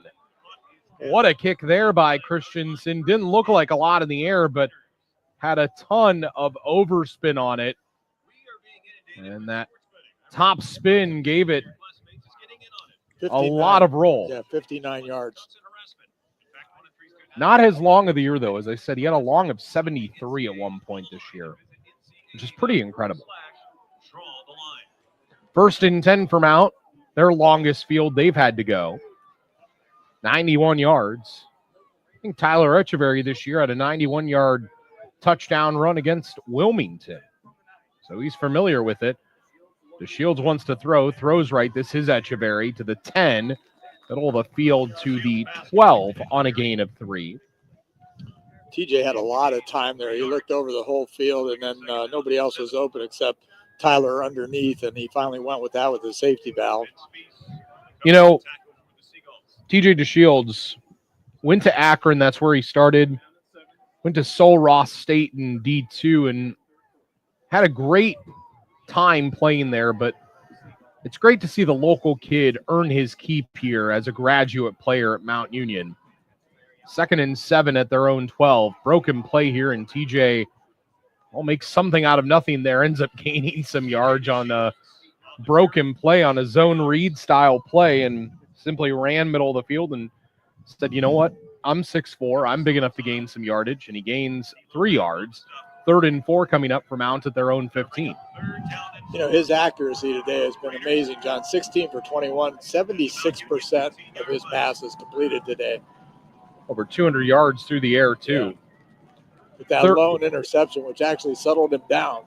It did. 3rd and 4 for Mount. They're in the shotgun at their own 15. Sanders wide left, and before the play, motion up front. First time Salisbury has tried to use their crowd to make some noise to throw off Mount Union's snap count offensively. And there is a nice contingent here in the hometown of Salisbury. We went to a bagel spot before here in town and saw a ton of people wearing Salisbury gear. I'm sure the community out here in the Delmarva Shore area is very excited about this run that they're on. Radford and Sanders come wide left. Cooper and May go wide right. Back to throw is DeShields. Steps up. He's going to be sacked inside his own 5-yard line. And DeShields is trying to say he never went down. And then he ran ahead to the 24-yard line and slid down, but they called that the play had stopped, and DeShields was declared down there. Despite his knee never touching, Chase Lomax, one of the leaders in sacks on this defense, makes a play there. Lomax, Olfus, and Gianetti have been busy this year up front, accounting for over 25 of the 39 sacks this unit has had. Punt here for Franklin from in his own end zone. A spiral, but a short one. Fielded on the 35, right sideline, and Jazz Jackson makes a great tackle as Jaden Thomas stopped at the 29 of Mount, but this will undoubtedly be the shortest field that Salisbury will have. Yeah, that's what the sack created. The sack created, having to punt from basically the end line of the end zone. And as you said, John, they've got a real short field here, only 29 yards to go to pay dirt. Fisher and Richards go wide right. Daniel Clark comes wide right. He's caught 3 touchdowns this year from McGowan, who's up under center with Ronald Clark, the leading rusher behind him. 7th in the NCAA in yards per carry. Gets the handoff here and runs hard for a gain of 4 to the 25-yard line. Needed 9 yards coming into the game to reach 1,000 on the year, and I believe he's there. As Brubaker comes in, he's the favorite target of McGowan. 30 receptions this year, 744 yards, and 8 touchdowns. That's first by quite a bit. Doubles the guy behind him, basically. 2nd and 6 for Salisbury. The Mount Union 25, throw left for Brubaker, trying to set up the screen with Clark blocking out in front, and it falls incomplete on the 19, or rather the 24 of Mount. Beg your pardon. 3rd and 6 for Salisbury. This has been Mount Union's thing today, is that they've bent a lot defensively, but they've only broken the one time. And that was a drive that was a thing of beauty for Salisbury. Well, they've really kept that vaunted running attack by Salisbury in check. I mean, they really, really have. Wing either way, Belizaire right and Davis left. Clark behind McGowan, who's back to throw. Looks middle, Belizaire end zone, over his head. And he was open. He was behind the corner in Zach Liebler. And now decision time for the 26th year head coach in Sherman Wood. Can his offense pick up 6 yards? Or should he kick the field goal from what would be a sizable range? The best kicker on the team in Colin Samaha, his long of the year is 42. Yeah, that's what this would be, John. It would be a 42-yarder. Looks like he's going to go, though, on 4th down here. Going to roll the dice and go for the 4th down conversion attempt. 4th and 6, the Mount 25. Back to throw is McGowan. Looks middle. Looks to step up. He's short. Brought down. Vaughn, Factor, and Rossi Moore chase him down from behind as he gains just 2 to the 23 of Mount. And Mount's bending defense continues to hold firm as they have a 1st and 10, taking over at their own 23-yard line, up 21-10 with 10:06 in the 3rd quarter. You know, John, when the protection broke down, I thought at first he had plenty of room to make the 1st down with his feet, but Mount Union just shut it down really quick. Rossi Moore again in on that play. 1st and 10 for Mount at their own 23. They're in the shotgun. Play fake. Throw right. Sanders, right sideline, his own 30-yard line, gain of 7. 2nd and 3 coming up. Really like to see Mount attack here. They've gone out a lot to different guys on the sideline. They have yet to go out and up on a deep play. Could that be coming? 2nd down and 3 at their own 30. 9:40 clock runs 3rd quarter. Mount 21, Salisbury 10. Mount in the pistol from the right hash. Echeverry behind to Shields. Echeverry gets the give and is close to a 1st down. Needs his own 33. He might be about half a yard shy, if that. Yeah, it looks like about a ball short.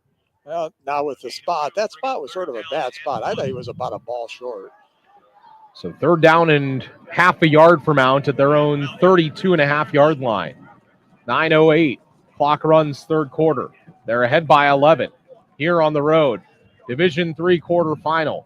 Sims and Anderson. The blockers left as tight ends. They pull right. Running left is Echeverry. Needs a yard, gets a yard. That's a 1st down.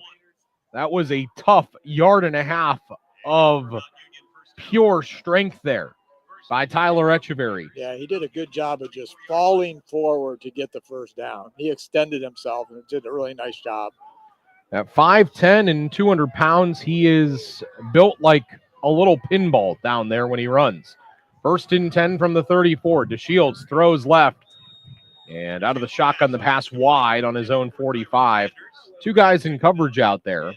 Most notably, Scripio, the one in the corner. It's a defense in Salisbury that's giving up 21.8 points per game. But they are 20th in the NCAA and giving up just 79.9 rush yards per game. And they've held Mount's rushing attack in check today. Tyler Echeverry is working on 7 straight games at 100 yards this season, and he's in jeopardy of falling that on that mark today. 2nd and 10 for Mount, shotgun from their own 33. Back to throw, throwing left to Shields. Echeverry left side flat, and near the 40-yard line to the 39. John, you're correct on that too. Echeverry's thus far 12 carries for 27 yards and a touchdown, but he's been really successful catching balls out of the backfield today. He has 5 catches for 45 yards and his other touchdown. So whereas they haven't been able to break him on a run, he's been doing a good job as a receiver out of the backfield today. 3rd and 4 for Mount, 7:54 3rd quarter. They're ahead 21-10, they have it on their own 39. Echeverry going to be the right of DeShields here. Tight end left is Anderson as a wing. Sanders in tight, wide left. Anderson in motion. Back to throw is DeShields. Looking to step up, he's sacked. And the ball came out as he hit the ground. But DeShields sacked on his own 34. And they're going to say he was down as he had his leg twisted in there.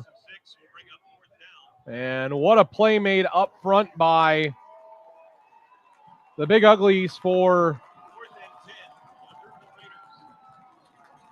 Salisbury. It was Savion Ophis who made the sack there. Yeah, it looked like he had Nick Turner coming open long, but he never had a chance to set his feet and get the ball. He was looking at him, but he just couldn't get himself set to throw the ball. A game that I thought early on would be all about offense has become about defense now. As fielded at the 30 is this kick by Franklin, and again returned by Jaden Thomas. And Thomas to his own 34. Salisbury doing their job. They're getting stops, but their offense, and maybe more of a credit to the Mountain defense, has not been able to muster anything. Their rushing attack that was second in the nation entering this game, and they have been held on the ground to just 73 yards, which is some 200 and some below their season average. Well, John, put it in perspective. Their first drive was 81 yards. 1st and 10 for Salisbury. Again, the triple option set that flex bone and the handoff to Ronald Clark up the middle. Good for a gain of 3 to his own 37. 2nd down and 7 coming up. 6:25, third quarter. 21-10 Mount Union.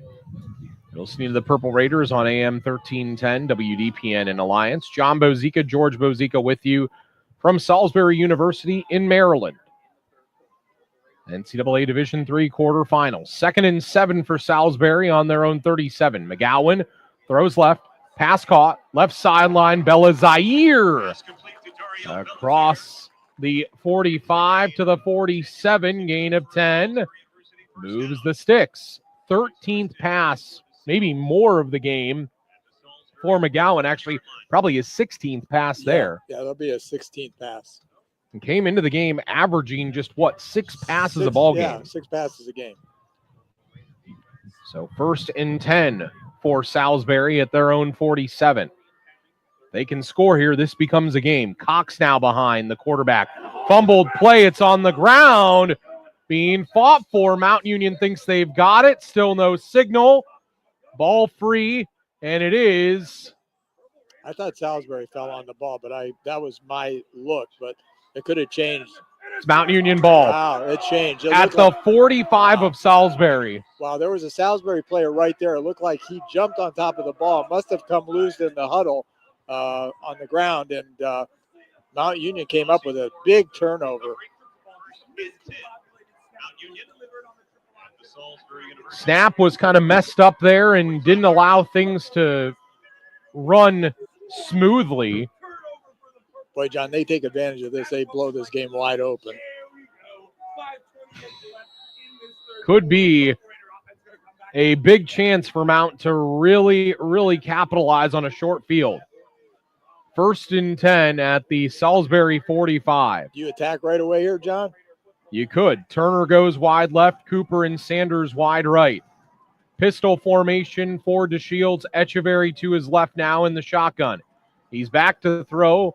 Now he rolls right, throws downfield, and incomplete at the Salisbury 34, intended for Sanders. And again, Jordan Scipio on the coverage out there. Yeah, TJ looking for his favorite receiver. Was a tight window, though. Coverage was actually real good there by the Seagulls. So the Seagulls out there kind of hanging around just like a seagull on the beach. They're waiting for you to leave your blanket and potentially come in and take your food that you've brought with you, worked really hard for your beach house. 2nd and 10 at the Salisbury 45 for Mount Union. Shotgun snap coming up to the 6'4 quarterback. Back to throw. Throws right sideline over the head of Sanders at the 29 on the right sideline. There is a swirling wind now. You look at the flags to our left. You've got the Salisbury flag, the American flag, and the Maryland flag, and they are all blowing quite hard from left to right. You look at the goalpost either way, they're blowing left to right. I am guessing that probably the area they're blowing from is where the coast is, because water tends to blow wind in towards the land. 3rd and 10 for Mount at the Salisbury 45. Shotgun snap, they're up 21-10. Throw right sideline, broken up. The 35 of Salisbury, Jordan Scipio again. The cornerback, the freshman, 3 pass breakups entering this game, and he has been like glue on these Mount Union wide receivers all afternoon. And now Mount Union's punt unit will come back out. Mike Franklin, we mentioned it, just 21 kicks entering this game, and he has been a busy man in this ball game. And this is a high kick, no real spiral, and Davis muffs it for a moment, then falls on it at his own 7-yard line. And lucky to get that ball back there. I beg your pardon, Jaden Thomas. I hate that they have 2 Jadens that play on the same team that both see the ball a lot. That was the 5th punt of the game for Mike Franklin. Coach Wood, his heart had to skip a beat there, because that would have been a fumble inside the 5-yard line, and it would have been Mount Union's ball again. Well, you consider how big now that possession in the third quarter is. They gave Salisbury the ball at the Mount, 29, and Salisbury did nothing with it. Nothing with it. And now they have 93 yards to go. They have yet to break a big play. It feels like that time has been there, and they just haven't been able to execute it. Under center is McGowan. Back to throw. Throws right. Davis. Davis does bring this in. He's going to get the benefit of the doubt here across the 15 to the 17-yard line. He bobbled it running the out, and then he caught it as he went to the ground. Good for 10. And he just hung on to that football. He did. Both of the Mount defenders were talking to the official there, saying he didn't bring that in. He didn't bring that in, but the official said he did. And it was a tough catch, but first down. It's been kind of a lull of action here in the third quarter. Defenses have reigned supreme as Richards goes left here. Wing either way. And under center is McGowan. 1st and 10 on their own 17. Handoff, fumble, ball is free. Mount Union has it. Clark carrying the football, coughed it up, and Johnny Rowland, the first team all OAC safety, with a huge play, and Mount Union just keeps inching closer to the goal line as their defense again gives them a short field, 25 yards to go. Salisbury just not protecting the ball this quarter. That's a 3rd fumble. 2 of them they lost. You can't keep giving the ball to the Purple Raiders. Eventually they're going to cash in. 1st and 10 from out the Salisbury 25. Might it be time to go for the jugular here? They're in the pistol. Anderson, wing right the tight end. Sims, wing left the tight end. Handoff. Tyler Echeverry up the middle. Down to the 22 on a gain of 3. I'll tell you what, though, we keep talking about Mount Union's defense forcing things. Salisbury's defense has been on the field just as much, and they have made things happen every possession as well. Yeah, they're keeping them in the game right now because their offense is way out of sorts with all these fumbles. Sanders wide right, Turner wide left. Tight ends either way on the line. Sims right, Anderson left. Shotgun, 2nd and 7. Fade pattern right for Sanders. End zone. Caught! Touchdown! Southeast corner of the end zone. A 22-yard perfect pass by the graduate quarterback in TJ DeShields. 27-10 Mount Union. 3:32 third quarter. Yeah, it was a beautiful pass by TJ. He threw it in a spot that only Sanders was going to be able to bring it in. And Sanders did a really good job because he had to sort of adjust. It was sort of an awkward catch, but it was a really nice toss and catch for a touchdown. Extra point by Merrick. There's still a lot of time left in the game, but that's 28 if this extra point is good. That's 28 of the last 31 points in the game going to Mount Union. Trailed 7-0 at one point, and they have outscored Salisbury since then, 28-3. It's the NCAA Division III quarterfinal, 3:32 third quarter. Mount Union 28, Salisbury 10. Time out on WDPN. Regional EMS stands as your trusted partner for all things emergency and non-emergency transportation. From the swift response in Carroll County to the seamless transit in Summit, Stark, Portage, and the Mahoning Valley, they've got you covered. Regional EMS is more than just a ride. They're your go-to for business-to-business solutions, too, adapting to meet diverse needs when others won't. Don't hesitate. Connect with Regional EMS today at 330-987-4373 and let them be your solution when time matters most. 3:32 third quarter, Purple Raiders, 2 plays, 25 yards. I had the drive summary already, George. Extra point by Merrick, good. It took no time after a fumble. And Salisbury struggling with turnovers right now in this game, as TJ DeShields had his third passing touchdown of the game. Kick deep here. Fielded Bella Zaire across the 25 to the 30-yard line and to the 31. And Mount Union with this game trying to win and get one step closer to another Stag Bowl berth. They were there in 2022, faced North Central from Illinois, a team that is still alive on the other side of the bracket. And I'm sure Mount would love another shot at North Central. 1st and 10 for Salisbury, down 18 in the third quarter from their own 31. Keeping is McGowan. Brown and Moore eat him alive. Running left, no chance. Rossi Moore and Caleb Brown just blowing that play up, part of the front 7, and they have been all over the joint today. And even Jackson Harris, the sophomore, the nose, got in to help out there. You know, John, Mount just continues to stuff that running attack. They only gained 82 yards now on 26 attempts. 2nd and 10 for Salisbury on their own 31. Under center is McGowan. Going to run right here. Keeps the whole way and gains 3 to his own 34. This is where their offense has that one-dimensional look to it.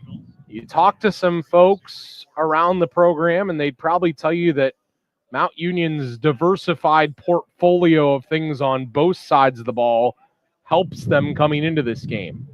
Salisbury really hasn't been able to depend on the pass most of the year, and Mount Union has forced them to do that this afternoon. They have a 3rd and 7 on their own 34. McGowan to throw. Throws middle. Bella Zaire makes the catch.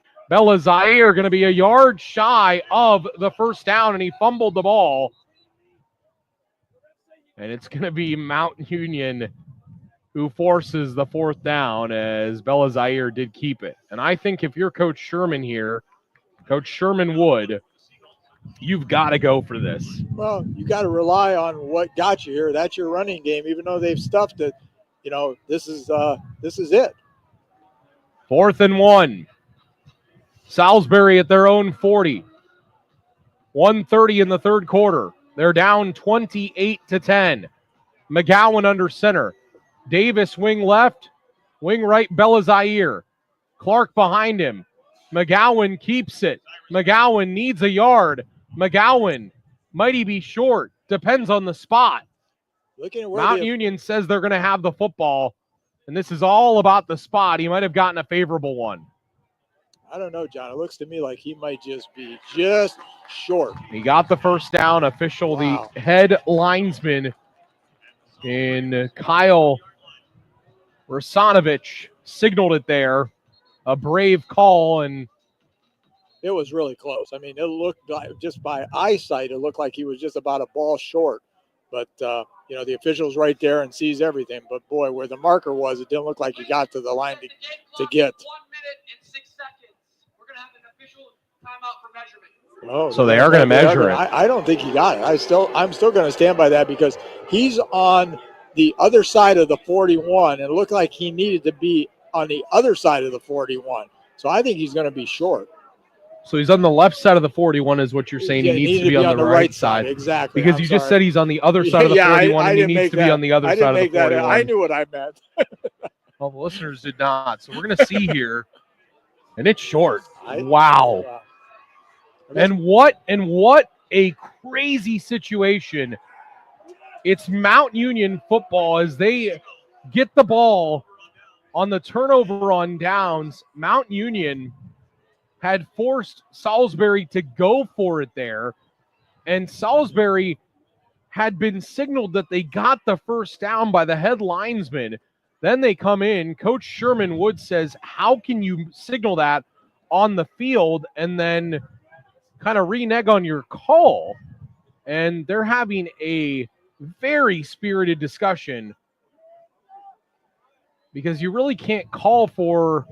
Yeah, the head linesman was a little bit premature. He should have never done that. It was that close. Should have waited for the measurement. He put himself in an awkward position there. 1st and 10 for Mount, the Salisbury 41. They could really put this thing out of reach. They're in the shotgun. Handoff, Echeverry running right. 41 on the right numbers, brought down in the open field.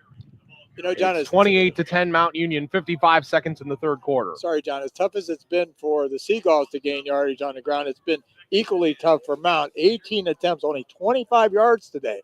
That's unheard of. But, thank God TJ DeShields, 260 yards passing is made up for that. Well, and Mount 6th in the NCAA in rushing yards per game at 250. Yeah. But they averaged 221 through the air, and TJ has done that and more today. 2nd and 10 for Mount. The Salisbury 41 in the shotgun. DeShields back to throw. Looks to set his feet. Throws left flat. Echeverry breaks a tackle 40. 35 near the 30-yard line, left sideline. Good for 11. He went out of bounds. He broke a tackle, and he's flexing his muscles as he's showing off the guns here in Maryland as he runs back to the sideline. Yeah, he did a great job of keeping his balance there. As you said, John, he has great field awareness. He just really just an intelligent running back. End of the third quarter. Mount Union 1 quarter away from their 27th trip to the Final Four in the last 29 years. That's just amazing. We saw an equally dominant high school program last weekend at Benson Stadium in Marion Local, who's just, totally dominated their division from the great program from out west and the mighty MAC. But this Mount is the college version of that, obviously, with just, what they've done over the last 3-4 decades has just been amazing. Started back in 1993 when Larry Karras defeated Rowan in the national championship game. And then you look down through the years of the great teams, the quarterbacks, the Jim Ballards, the Bill Borcherts, Greg Michelli. You think about the running backs, Chuck Moore. Think about the wide receiver in Bubonics back in the day that Jim Ballard threw to. Nate Kamick, Chuck Moore, Pierre Garçon, the great wide receivers. Last year, Wayne Ruby. Years before that, Cecil Shorts. And, of course, that guy who's coaching for the Philadelphia Eagles, Nick Sirianni. This wouldn't have been a long trip for him here over down the Delmarva shore. Wonder if he's here today. 1st and 10 for Mount. The Salisbury 30 to start the final quarter. Throw left, Anderson, the tight end. Inside the 30, near the 25, left sideline. Simple out and a gain of 4. Feels like a touchdown. Could put this thing out of reach with the style that Salisbury plays. That would make it a 4-touchdown advantage for Mount. And that might be a bit too much. If they could hold him to a field goal, it still gives Salisbury a chance at finding a way back into this thing. The Mount's offense has been rolling. They have a 2nd and 6 at the Salisbury 26 on the left side hashes. DeShields to throw. Rolls right. Looks to step up. Now he rolls right downfield. Throws towards the end zone for Anderson, and it's incomplete, out of bounds on the right sideline. You know, John, this is a thoroughly uncomfortable situation for Salisbury, too, because if you look at their schedule, they've scored, 48, 59, 41, 42, 63, 69 late in the season. They've averaged 34 in the playoffs. I mean, this is a team that just scores points in chunks, and here they have 10 points with 1 quarter to go and haven't done anything since the first drive. They have the 5th best scoring offense in all of Division III college football. Mount Union, by the way, they are 14th on that list. Both of those are pretty good, but Mount's defense has shown up today, holding this great Salisbury rushing attack that's 2nd in the nation to basically being rendered useless. 14-23, timeout taken by Mount, 4th quarter. We'll take a 30-second timeout with them, with Mount leading 28-10.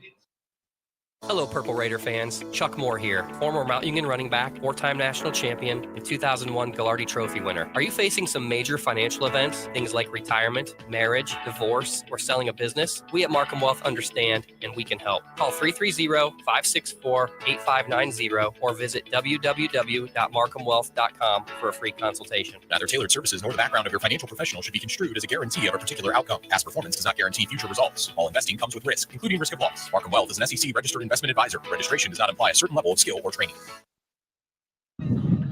So there's a tie to someone in this booth, and Chuck Moore. Chuck Moore, the former Mount Union great, was coached in middle school basketball by George Bozica, who is sitting to my left. He was a Mogador small forward as a 7th and 8th grader. Yeah, 8th grade. Was on my 8th grade team. Great kid then, and followed up his great career. Mogador state champions. With a great career for the Purple Raiders. 3rd and 6 for Mount out of the timeout. The Salisbury 26.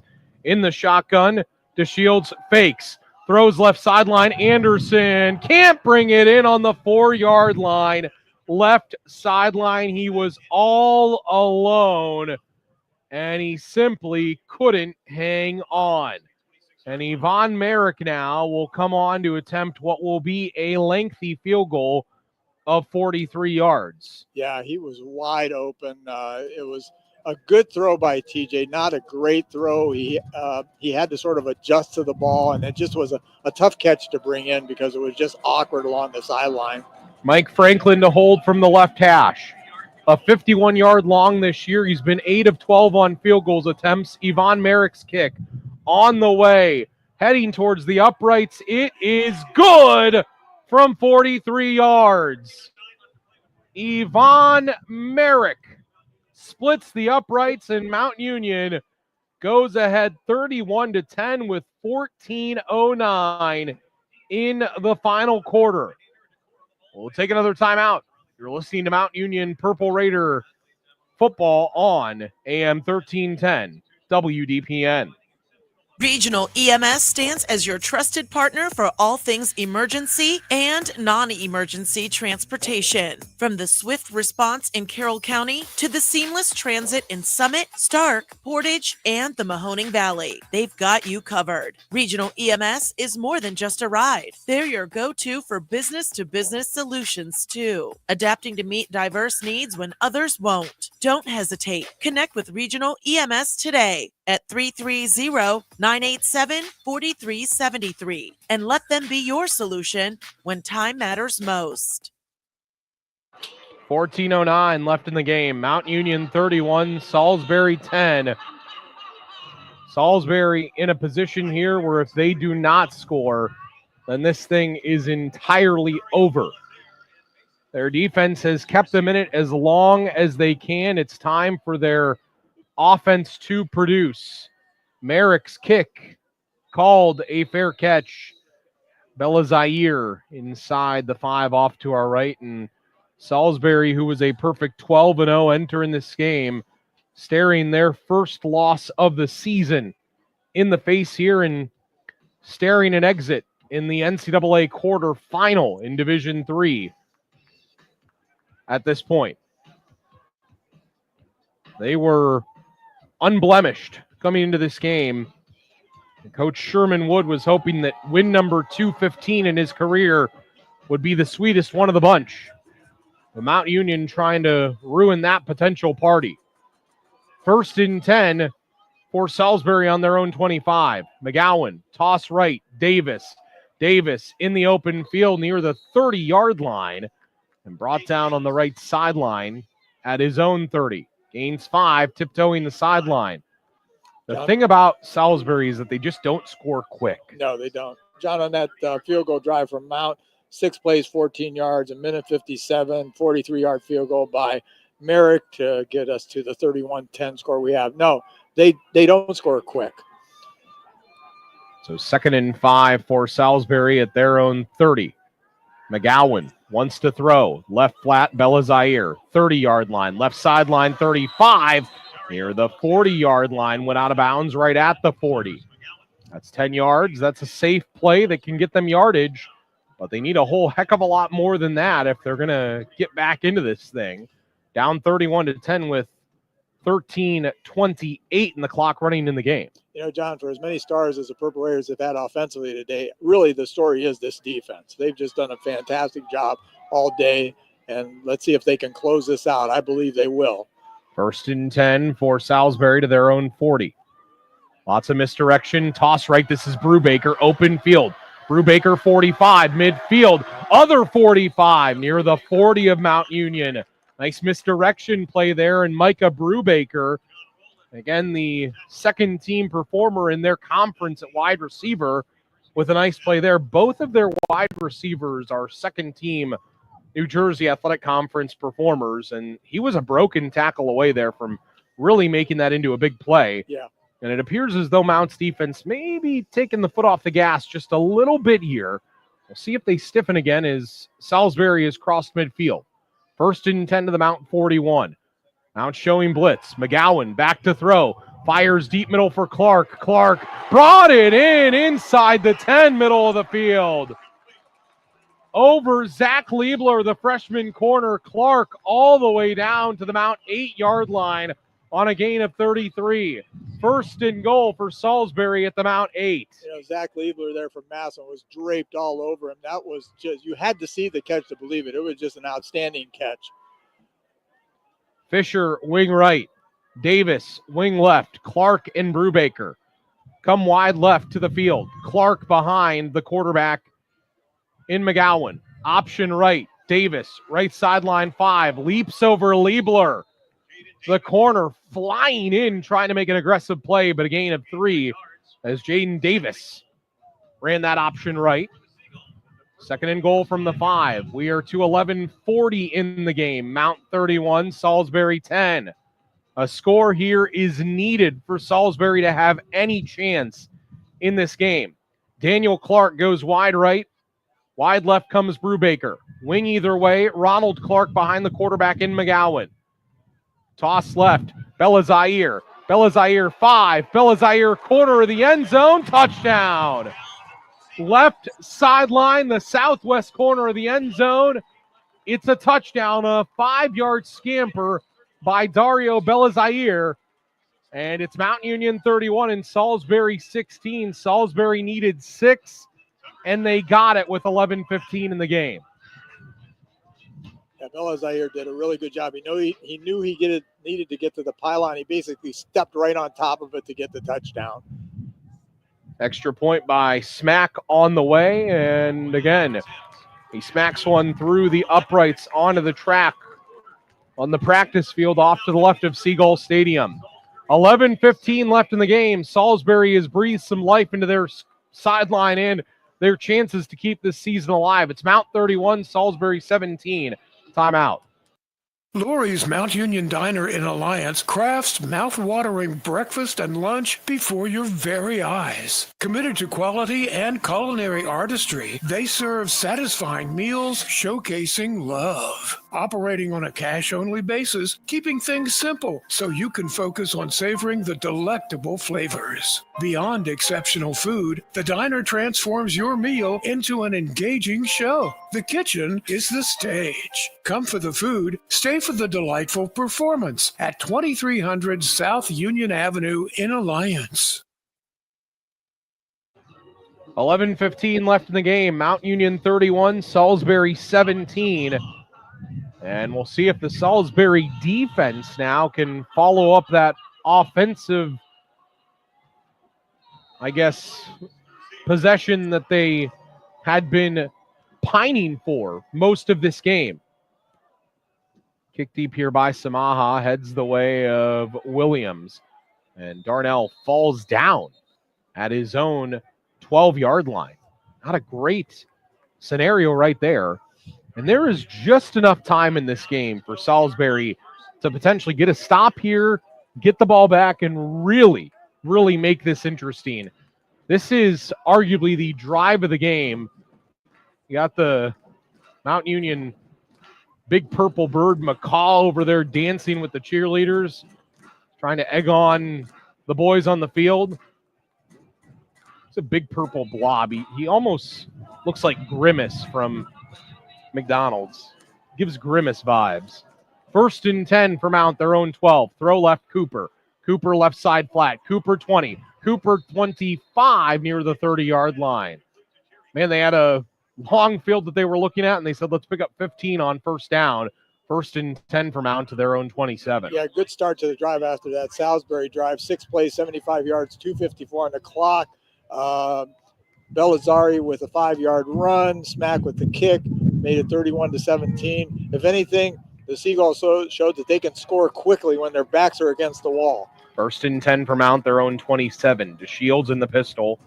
Behind him is Echeverry. Echeverry yet to break the long one today. 2 wide receivers either way. Give. Tyler, middle of the field, hanging onto the ball like his life depends on it. A gain of 2 to the 29. Reminder today happening in Philadelphia, just up the road from here, not that far away, is the Army-Navy game. We'll drive through Annapolis on the way home. Might even stop there. 2nd down and 8 for Mount. Their own 29, approaching 10 minutes in the game. They're up 31-17 in this D3 NCAA quarterfinal in college football. Shotgun snap to DeShields. Looks middle, looks right, throws. Cooper, 30. Cooper making guys miss to the 31, 32 near the 33-yard line. Jerry Cooper seemed to do a little bit of a Irish jig there on the right sideline to try to manufacture some extra yards, and he did get 5 yards out of it. But it is a 3rd and 5. 3rd and 5 for Mount at their own 32. He actually only got 3 out of that. 9:15 left. 3rd and 5 for Mount at their own 32. Williams and Echeverry both to either side of DeShields. Handoff. Williams delayed give. He stopped. Loss of yardage to his own 29. A loss of 3. And Chase Lomax and the boys up front, including Savion Olfus, lead that charge. And Salisbury down 14, going to get the ball back with under 9 in the game. And Mount Union knew that Salisbury wouldn't go quietly. The question is, can the defense make one more big play in this half? Mike Franklin will punt here with the wind at his back. 5 on the play clock. Not that that really matters on a 4th and 8. They just get the snap off. Some pressure came. Franklin gets it off. And it rolls inside the 40, inside the 30, right side numbers. Some late extracurriculars happening away from the play. And the question is, where is this penalty going to go? You know, John, unfortunately, that last play by the Purple Raiders, the delayed handoff to Darnell Williams sort of reminded me of Metcalf up the middle. If they're going to get the ball to Darnell, I'd rather see them get it to him in the open field where he can do something. I thought the play was doomed before it even started. So there's a penalty flag down here. Ball was down. Unnecessary roughness. Kicking team number 21. Ball was down at the 28 of Mount, and they call unnecessary roughness on Mount Union.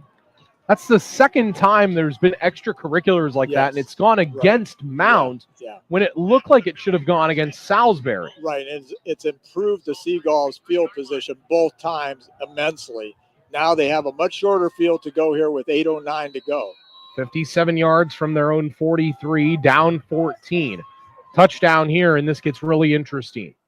McGowan rolls left to throw, fires middle, nearly intercepted. Mount's own 45, Marcus Jackson, the linebacker. Got his big paw up there and almost had a chance to run the other way. He scored on a fumble recovery touchdown earlier this year against BW at Finney Stadium. This would have had a lot more meaning to it than that touchdown did. It was a dangerous pass by McGowan. He needed to zip that in there, and as you said, John, the Will linebacker Jackson, he almost jumped it and had an interception. 2nd and 10 for Salisbury, their own 43. Lots of guys in motion. McGowan, toss left. Bella Zaire near the 49-yard line to the 48. Gain of 5. 2nd and 5 upcoming. 8 minutes left in the game. Key third down for Salisbury. Third in the NCAA in third down conversions at 58.8% of the time that they convert. Today, not quite as fortunate on third down. Just 3 for 10 on the money down. They have a 3rd and 5 at their own 48. McGowan back to throw. Throws middle. Broken up on the Mount 46-yard line. Davis, the intended target. And again, Marcus Jackson, the linebacker, blew that play up. Yeah, John, what a hit. Now, Marcus is saying they're not going to complete anything in my part of the field because, he came in there and just walloped him. 4th and 5. For all intents and purposes, this is potentially your ball game. Salisbury with it at their own 48. Davis in motion. McGowan to throw. Pressure comes. He is sacked by Rossi Moore. Rossi ended the game last week with a sack against Carnegie Mellon, and he might have just put the final cherry on top of a Purple Raider victory that's looking better and better by the moment. Yeah, Rossi always comes up with the big play at the big time, and that was a huge sack from behind of McGowan. McGowan, I don't think, knew what hit him because it was from the blind side. He was looking upfield. Nothing was there, and Rossi just lowered the boom. 2 big hits in a row by the Purple Raiders. 3 big defensive plays on that drive. They had 4 downs, did Salisbury. They did nothing with it. 1st and 10 for Mount, the Salisbury 42. DeShields throws left flat. Echeverry to the 40. Echeverry still on his feet to the 39. Game not completely over. There's still enough time for things to happen, but it's like Mount is continually given a test every couple of minutes in this game, and they've seemed to pass with flying colors just about every time. Well, the only chance that Salisbury would have right here is to get a quick stop here, 3 and out. They would not get good field position out of this because their drive starting around the 40-yard line. So, it would be a tall task for them. They're definitely, got, 1 foot in the coffin right now. 2nd down, 7 to go for Mount, the Salisbury 39. Turner alone wide right. Play action. Throw left, Cooper. Cooper, 35 of Salisbury, near the 30-yard line to the 33. Good for 6 more. Going to bring up a 3rd and 1 for Mount on the Salisbury 33. I know a lot of people this year have felt that Mount's offense, unlike some previous years where big plays were oftentimes such a big part of it, and they've had the big plays this year, but they've been much more of a methodical type offense. And they've even become more of that with TJ at quarterback. 3rd and 1. The Salisbury 33, 6:10 left, Mount Union by 2 scores. Handoff, Echeverry needs a yard, gets 2 and a first down to the 31-yard line. Ran over that experienced offensive line of Cange, Kennedy, Fortner, Burris, and Lilly, and followed it a step further towards opening the door to the Final Four. 1st and 10 for Mount. We're to 5:40 in the game. Mount Union 31, Salisbury 17. Mount with a 1st and 10, the Salisbury 31. Shotgun formation to Shields with Echeverry to his left. Toss left, Echeverry 30. Echeverry 25-yard line, left sideline. Clock continues to run as Tyler stayed in bounds. Gain of 6. 2nd down and 4. Ball at the Salisbury 25. Mount Union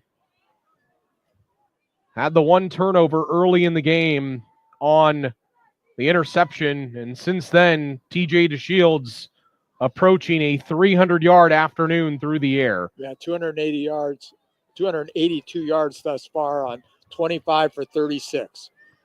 2nd and 4, Mount Union at the Salisbury 25. Sanders comes wide right.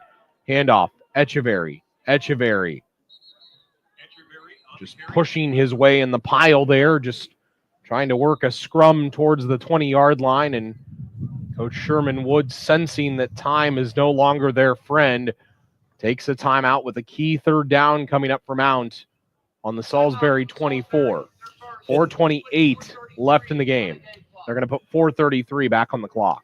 In the give an update on the Johns Hopkins Mary Hardin Baylor score with 1 minute and 1 second left in the 4th quarter. It's Johns Hopkins 17, Mary Hardin Baylor 10. So a close one over there with 1 minute to go. Looks like it's a let's see. I think that might be going final. Johns Hopkins, Yeah, it Johns appears Hopkins to have has the ball. Yep, they do. Yeah, I was trying to read this chart here. They have the ball with a 2nd and 12 on their 38. Now they just had a 1st down. That's a big 1st down for them. So looks like they might wrap that up. And they just, these live stat things, sometimes they change. Now they say it's 1 minute 44 after saying it was 1 minute 1. 3rd and 3 from out of the Salisbury timeout, the Salisbury 24. They're in the pistol. DeShields back to throw. Throws left, Cooper. Cooper makes a man miss. 20, 15, left sideline near the 10. Big 1st down on a gain of 9. Mount Union in the red zone to the Salisbury 15 with 4:26 in the ball game. Jerry Cooper makes a big play. Yeah, he's been big on this drive. 1st and 10 to the Salisbury 15. Mount Union looking to throw that final haymaker here late in the game. Cooper and Sanders wide left to the boundary. Turner to the field wide right. 1st and 10, the 15. Throw left flat, Cooper. Cooper, 11, maybe the 10-yard line on a gain of 4 to the 11. 2nd and 6, the Salisbury 11. 3:50 clock runs in the game. Salisbury conserving what timeouts they do have, opting not to call them here. They also do have the 2-minute warning in their favor. But at this point, the only thing that could really help them would be a turnover and a score right now. Mount looking to march in and fully put this thing to bed. 2nd and 6. They're up 31-17. They're at the 11 of Salisbury with 3:20 left in the game. Shotgun snap to Shields.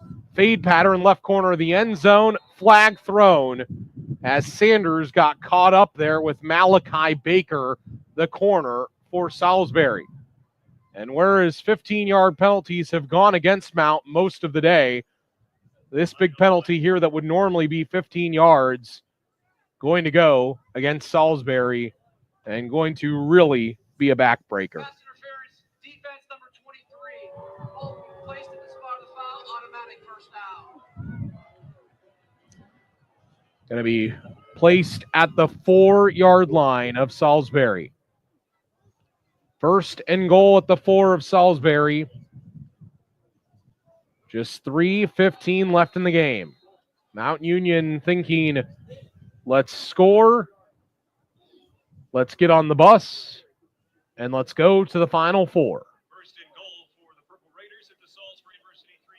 John, it looks like that Johns Hopkins game has gone final, 17-10 Johns Hopkins.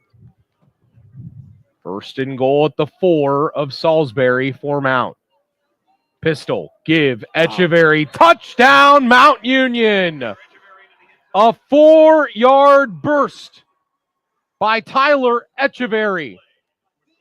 And Mount Union says, hello, Final Four, for the 27th time in the last 29 years. It's 37-17 Mount with 3:12 left. Yeah, Salisbury just looks spent at this point. That was the easiest run Tyler Echeverry had all day. It was just right up the middle, no resistance, easy score. And as you said, John, Final Four, here comes the Purple Raiders. Franklin on the hold, Merrick on the kick up, kick good. 3:12 left in the game. Mount 38, Salisbury 17. We'll take one final timeout here on WDPN, and when we come back, we will fully put a bow on this victory for the Purple Raiders.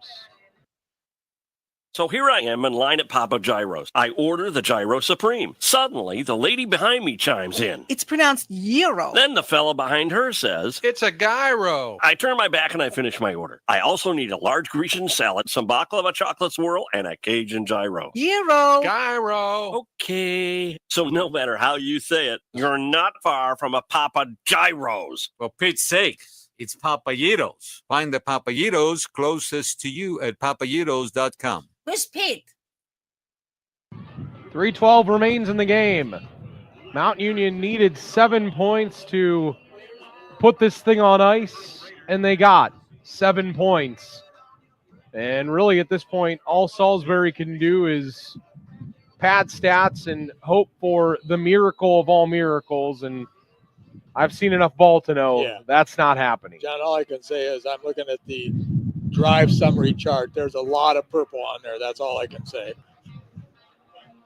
There's only 3 seagulls to the left, and there are 6 M's to the left of the drive summaries. And that big purple M is always the elephant in the room in the Division III playoffs. And anybody watching at home today knows North Central right now beating Springfield 17-3 early third quarter. Susquehanna and Bethel locked in a tight game in the fourth quarter. Mount Union, the one that's truly taking care of business today. Bella Zaire on the return here across the 30, right side numbers. And Mount Union, again, it has not always been pretty this year. It has not always been easy. George, I think you made the remark this morning feeling that, you know, maybe Mount Union a little disrespected in terms of how strong the OAC was this year. And I don't know that a lot of people agreed with that, but I'm starting to feel like that case would hold water in court right now, because Mount Union had some battles in the OAC, and with the exception of Carnegie Mellon last week, this will be 2 of 3 playoff games that they've won in style. First and 10 for Salisbury, backups into the game on their own 31. Backup quarterback back to throw. Fires middle, pass incomplete. Intended for Richards, as Cage Katzeno Hall, the one who threw that. Gage Katzeno Hall. And it is a 2nd and 10. John, I think it goes back to something you said too. Mount seems to be peaking at the right time. They've been really battle tested this year with some close scores, and they seem to just really be hitting on all cylinders here in the playoffs, even with the close score last week with Carnegie, who was a really good team. Katzeno Hall back to throw. Dozie Akpala brings him down from behind. Dozie helping out in there. And also Corey Gibson, one of the backup band at linebackers. And Salisbury does gain 2 because Katzeno Hall was able to at least get some real estate moving forward, but it's a 3rd and 8 for Salisbury on their own 33. Katseno Hall throws left Brubaker. Brubaker trying to get the sideline to the 35, nearing the 40-yard line, and he's short. And Daniel Clark just had one of the flops of the century on the sideline for Salisbury, and luckily the officials saw it as a flop. They did not throw a penalty flag there, and it's going to be a 4th and 5 for Salisbury at their own 36. Any chance of a miracle that they were hoping for, this play would be imperative to making that possible. 4th and 5, I beg your pardon, at their own 36, and before the play, whistles and the 2-minute warning. So it's Bethel 21 and Susquehanna 17. That's in the 4th quarter. And it's North Central from Illinois 17 and Springfield 3. That's in the 3rd quarter. Here, of course, with 2 minutes left, Mount Union 38, Salisbury 17. Mount Union made the trip out to the eastern shorelines of the United States to Salisbury University, and they were hoping the trip would end with win number 13, and George, they're 2 minutes away from just that happening. Yeah, they certainly are. That last drive summary, by the way, on the last Mount touchdown, 9 plays, 42 yards, 4:17 on the clock with Tyler Echeverry's 2-yard run, Merrick's kick, which brings us, as we said, to our current score of 38-17. Purple Raiders here with the 2 minutes to go. And as you said, John, it would take the miracle of all miracles. This game is basically over. It's just a matter of finishing out these last 2 minutes. Katseno Hall with a 4th and 5 at the 2-minute warning. Out of it now from his own 36. He's back to throw. Pressure comes, and it's Dozie Akpala. And he comes in, and he has 2 quick sacks right at the end of the game. Entered the game with 3 coming into this contest. He really only sees time at the end of games. And man, he always makes his presence felt. And a couple of sacks will look really good on the stat line at the end of the day. 1st and 10 for Mount at the Salisbury 35. And Noah Boudry in the game now, at quarterback, Sean Thomas, and at running back, Fletcher, as well as Darius Hill and others in at wide receiver. And the handoff to Thomas on the 1st down.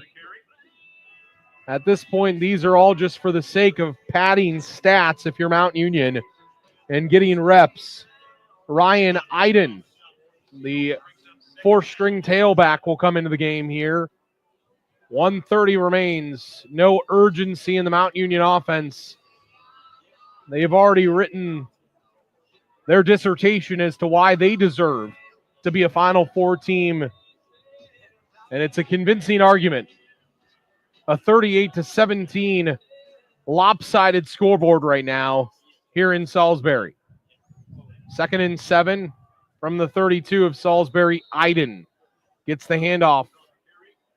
Maybe 2 to the 30. You know, John, there's nothing better than having a long trip back to Northeast Ohio as a team after you get a big win like this to take you back into the Final Four. And it will be Johns Hopkins next week at a site to be named later. But it's going to be Johns Hopkins and Mount Union. The Final Four, I don't know if they've ever met before. They have. They're mostly known for their lacrosse program. Known for their doctors as well. Yeah, Johns Hopkins true. Medical is. I was talking about sports. Well, I'm thinking about what they're known nationally for. 3rd and 5 for Mount, the 30 of Salisbury. Handoff, Iden. And the last handoff of the game is Mount Union handing off to Ryan Iden in mop-up time. And that can only mean one thing. It means the Mount Union Purple Raiders have punched their ticket to the Final Four yet again. It's a final. Mount Union 38, Salisbury 17. The Purple Raiders are 13-0, and they are heading back to Alliance one step closer to another Stag Bowl. Final score, Mount 38, Salisbury 17, and Mount continues to defy what a lot of people thought entering the playoffs, that it was going to be a tough road for them. Carnegie Mellon was a battle last week, and of course, it's always tough against John Carroll, but this is 2 of their 3 postseason games that they win in pretty convincing fashion. A 35-point victory over John Carroll in the first round, a 5-point win over Carnegie Mellon last week, and a 3-touchdown dispatch of Salisbury in this game, 38-17. George, you hear about it, you read about it, you see specials on NFL Films and FS1 about the Mount Union machine and where it was started and where it continues to be. And today is just another continued chapter in the legacy that is Mount Union football. Yeah, and it goes back to something you said there. We were talking this morning about maybe the OAC not getting their respect with, Mount not being quite as high as I thought they should have been in the power ranking. But I think they went out and proved it on the field. Sometimes stuff like that gives you a little chip on your shoulder. This is a Mount team used to playing a bunch of home games in the playoffs, and they're on the road. Maybe they said, let's go out and prove something today over here in this Delmarva area. They certainly did today. Trip to the shoreline is always nice, and even though the weather is not warm, they're going to leave here with a bunch of smiles on their faces. All right, we'll take a final timeout. You're listening to Mount Union Purple Raider college football. It is a final in the quarterfinal in Division III college football. Mount Union 38, Salisbury 17. We'll come back, give you the final stats, give you all of the highlights you can possibly imagine, and wrap up the Purple Raiders' 13th victory of the year. Again, 38-17, Mount Union is moving on.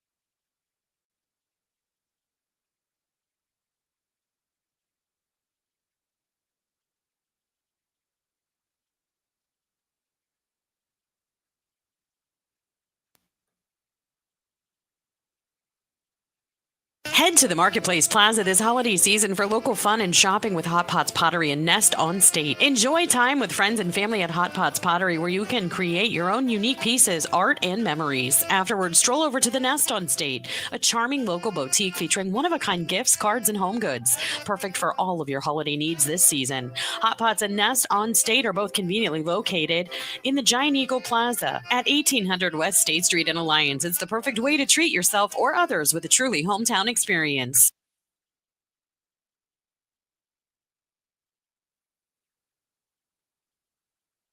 For over 80 years, Bonford Glass has been the expert when it comes to glass. You can count on the professionals at Bonford's for the latest techniques in glass repair, like the Aegis windshield repair system. The Aegis system can repair small chips in your windshield before they grow into big headaches. This revolutionary process takes less than an hour and can easily restore your windshield to its original strength. In fact, the Aegis windshield repair system is so effective that most insurance companies will waive the deductible and cover the entire amount of the repair, saving you and your insurance company up to 80% of the cost of a windshield replacement. The Aegis windshield repair system, just one of the expert repairs from Bonford Glass. They'll help you save money and make your windshield safer.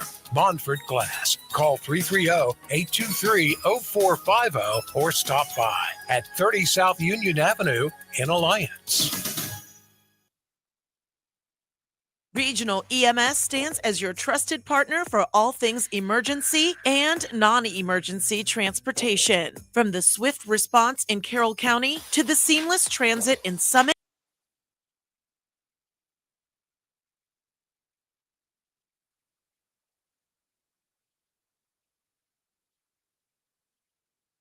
diverse needs when others won't. Don't hesitate. Connect with Regional EMS today at 330-987-4373 and let them be your solution when time matters most. Hello, Purple Raider fans. Chuck Moore here, former Mount Union running back, four-time national champion, and 2001 Ghilardi Trophy winner. Are you facing some major financial events, things like retirement, marriage, divorce, or selling a business? We at Markham Wealth understand, and we can help. Call 330-564-8590 or visit www.markhamwealth.com for a free consultation. Neither tailored services nor the background of your financial professional should be construed as a guarantee of a particular outcome. Past performance does not guarantee future results. All investing comes with risk, including risk of loss. Markham Wealth is an SEC registered investment advisor. Registration does not imply a certain level of skill or training.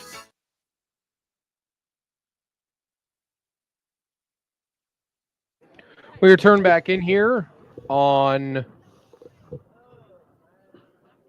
WDPN, AM 1310, Mount Union a winner 38-17 as the Purple Raiders defeat Salisbury in convincing fashion to move on to the Final Four for the 27th time in 29 tries of being at this each and every year. It gets more and more amazing with each step of the way that they go with.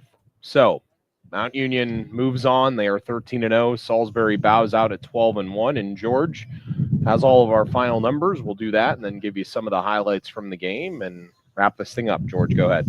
Yeah, I think the biggest difference from first half, second half was time of possession. Mount was definitely a little behind on that at halftime, but they really flipped that number. Time of possession at the end here, 32-28 for Mount, 27-32 for the Seagulls. Mount Union, 21 first down. Salisbury, 15. Total rushing yards, 40 for Mount Union, 117 for the Seagulls. Receiving yards, 315 for Mount, 159 for the Seagulls. That leaves us with total yardage for Mount Union, 68 plays for 355 yards, and the Seagulls, 60 plays for 276 yards. Looking individually, first of all, for the Seagulls, McGowan was 12 for 22 for 156 yards. He was also sacked 3 times. Receiving, Davis and I'm always going to say this wrong. I've said it. Zaire. Both had 4 catches. Davis for 45 yards. Zaire for 29 yards. Clark also had 2 catches for 52 yards. Zaire was actually their second leading running back with 5 carries for 26 yards and a touchdown. Actually, McGowan was their leading rusher Zaire was their leading rusher after the net, 5 for 26. McGowan was 14 for 20. Clark, 5 for 25. And Fisher, 3 for 5 yards. Touchdowns by Zaire and a touchdown by Fisher. For the Purple Raiders, impressive game by TJ DeShields. After that early interception, really just totally settled down after that. 27 for 39, 69.2 percentage on his completions, 295 yards, 3 touchdowns. Receiving, Sanders, 7 catches for 126 yards and a touchdown. Echeverry, 7 catches for 64 yards and a touchdown. Cooper, 7 catches for 64 yards, and he really came up big on that sort of game-deciding put-away drive. Caught some key balls on that drive. Turner, 3 catches for 22 yards. Williams, 2 for 23. And Anderson, 2 for 8. And Sims, 1 catch, but it was for the touchdown on just a beautifully run play-action pass right near the goal line in the first half. Rushing, Echeverry, 42 really hard-fought yards on 19 carries for 2 touchdowns. He was really the only significant rusher for the Purple Raiders today. Just a really, John, an impressive performance. So we look at the highlights now. Well, we're going to take a break here again. We're going to take our final break, and then we'll come back and we're going to play all 5 of the Mount Union touchdowns for you here on the air. Again, final score, Mount Union 38, Salisbury 17. Purple Raiders are 13-0. We'll come back and officially wrap this up from Salisbury, Maryland after this. Of all the ways to get ahead in life, we're one of them, and we're legal.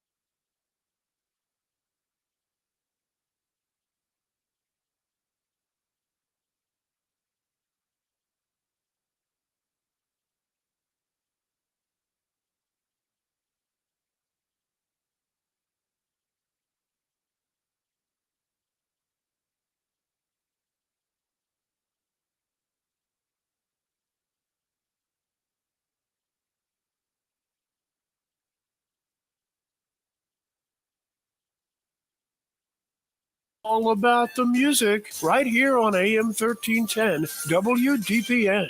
The Q92 Sports Network is your home for the best coverage of high school and Mount Union football and basketball. Be sure you're following us on our social media. Just follow Q92 Sports on Facebook, Instagram, YouTube, X, and Threads. You'll know what games we'll be broadcasting week to week, and we drop photos and videos from all of our high school and Mount Union broadcasts. Be sure to follow Q92 Sports on Facebook, Instagram, YouTube, X, and Threads, and stay connected to the Q92 Sports Network. All right, final time we return back in here to Salisbury. It is a final, 38-17. We are going to run through the Mount Union highlights now in this game. George and I will just kind of do this together because that's probably the easiest way of going about this. But George, Mount Union, really impressive. It was obviously Salisbury that scored first, but Mount Union was able to respond, and the way they responded was really, really impressive with a 6-play, 64-yard drive, and it was TJ DeShields to Tyler Echeverry. Here's the first touchdown of the day for the Purple Raiders. Shotgun snap coming up to DeShields, who is back to throw. Throws left flat. This is Echeverry. Echeverry cuts it up and into the numbers. 20, 15, 10, 5, touchdown! Between the numbers and the hashes left side of the field, 25 yards goes Tyler Echeverry. 5th receiving touchdown of the year, and a beautiful play by Tyler, the All-American. Just a drive later, I think George's favorite play of the game, this pop pass. And here's how it sounded, TJ DeShields. First and goal for Mount at the 8. They're in the pistol. Right hash. Sanders in motion. Throw, middle, pop pass, caught! Drew Sims. 2nd receiving touchdown of the year, 2nd of the day for TJ DeShields through the air. It's an 8-yard pitch and catch, 13-7 Mount, 9-13 second quarter. Wasn't always pretty today for Mount, but they found ways to get the job done right before the end of the half. Mount would punch it in via Tyler Echeverry. First and goal from the 2. Pistol. Give Echeverry. Touchdown number 25 of the year for Ty Echeverry. Ran right over the center in Mason Portner and the left guard in Gio Kennedy, and high stepped into the end zone. It's 20-10 Mount Union on a 2-yard burst. We would go almost an entire quarter until we would find the next touchdown, and I really felt this was the one that kind of, put the game in the first step of putting it on ice. TJ DeShields with a great ball here to Tyrell Sanders. Sanders wide right, Turner wide left. Tight ends either way on the line. Sims right, Anderson left. Shotgun, 2nd and 7. Fade pattern right for Sanders. End zone. Caught! Touchdown! Southeast corner of the end zone. A 22-yard perfect pass by the graduate quarterback in TJ DeShields. 27-10 Mount Union.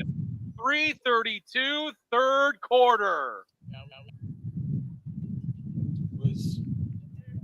Muted myself. That was just an unbelievable play and so important there. And then just 3 minutes left in the game, and Mount Union would put the finishing touches on it. And Tyler Echeverry for the 26th time this year. Here it is. First and goal at the 4 of Salisbury for Mount. Pistol, give, Echeverry, touchdown, Mount Union. A 4-yard burst by Tyler Echeverry. And Mount Union says, hello, Final Four, for the 27th time in the last 29 years. It's 37-17 Mount with 3:12 left. When you really start to dissect that number too of 27 of 29, it's incredible. And and you think every time, George, that you've seen the most impressive, win out of this team, or you've seen the most impressive moment out of this team, and they always seem to just dig deeper and find another moment that is that much more impressive than the last one. And I think you and I both came out here the 7 hours and really didn't know what to think today. Right, we did. And Mount Union did not disappoint. Yeah, Salisbury was an unknown quantity for us, playing here on the Eastern Shore. We talk about it often when we do high school games about culture. Mount Union has a foundation of culture that was put together by Coach Karras, and they've just continued to build on that culture. They expect to win. Their fans expect them to win. The students expect them to win. The players expect to win. And that's what they do. They go out and win. Just a really impressive performance. I guess the best way I could describe this today, after spotting the Seagulls a 7-0 lead, they outscored them 38-10. It was methodical. It was methodical. So and those aren't always the prettiest games to watch, but they sure look nice at the end of the day. And what makes them even more impressive is that typically in those type of games, you dominate your opponent statistically. And everyone all week talked about how great the Seagulls rushing attack was, and Mount Union held a rushing attack that averages 335 yards to 117 in this game.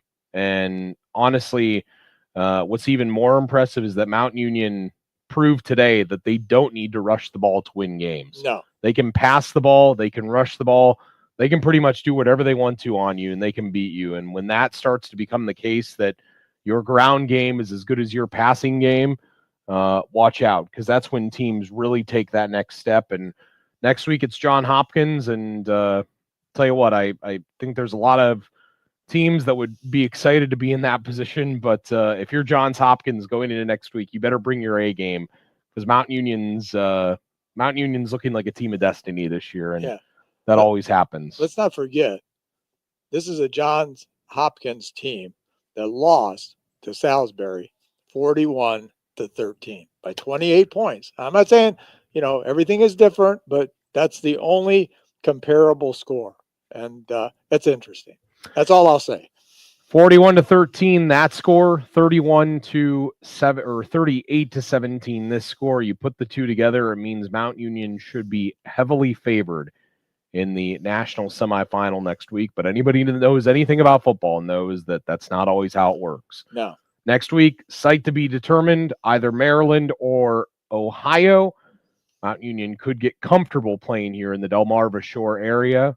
Maybe not too comfortable, because if they win one more week, they go to Houston and they play at the park that the Dynamo, the Houston Dynamo, call their home in the MLS. All right. Thanks to Ryan Rainsberg. Thanks to all of our sponsors. George, thanks to you. Thanks to the station for making all this possible for us driving out here. 7 hours in. It's now time for 7 hours back. But guess what, friends? We're bringing a Mount Union victory with us. strike up the band, because when the team comes down state in Alliance, they're going to want to feel like they're flying in and feeling like they're going to be greeted by a mass group of people. Strike up the band. It sounds like a Mickey Rooney, Judy Garland musical from the 30s and 40s. You keep dating yourself with these things. I do. I know. Horace Gillum, Jim Brown, Mickey Rooney, and Judy Garland. You get it all from me. As long as you don't mention Adolph Monju, we're in a pretty good place. Yeah, I never mentioned him. 38-17, Mount Union a winner. They move on. They are 13-0. They are going back to the Final Four yet again. For George, I'm John. Thanks to Ryan back at the studio again. Final score, Mount Union 38, Salisbury 17. We'll talk to you next week at either Maryland or Ohio in the Final Four. Have a great rest of your weekend, everyone.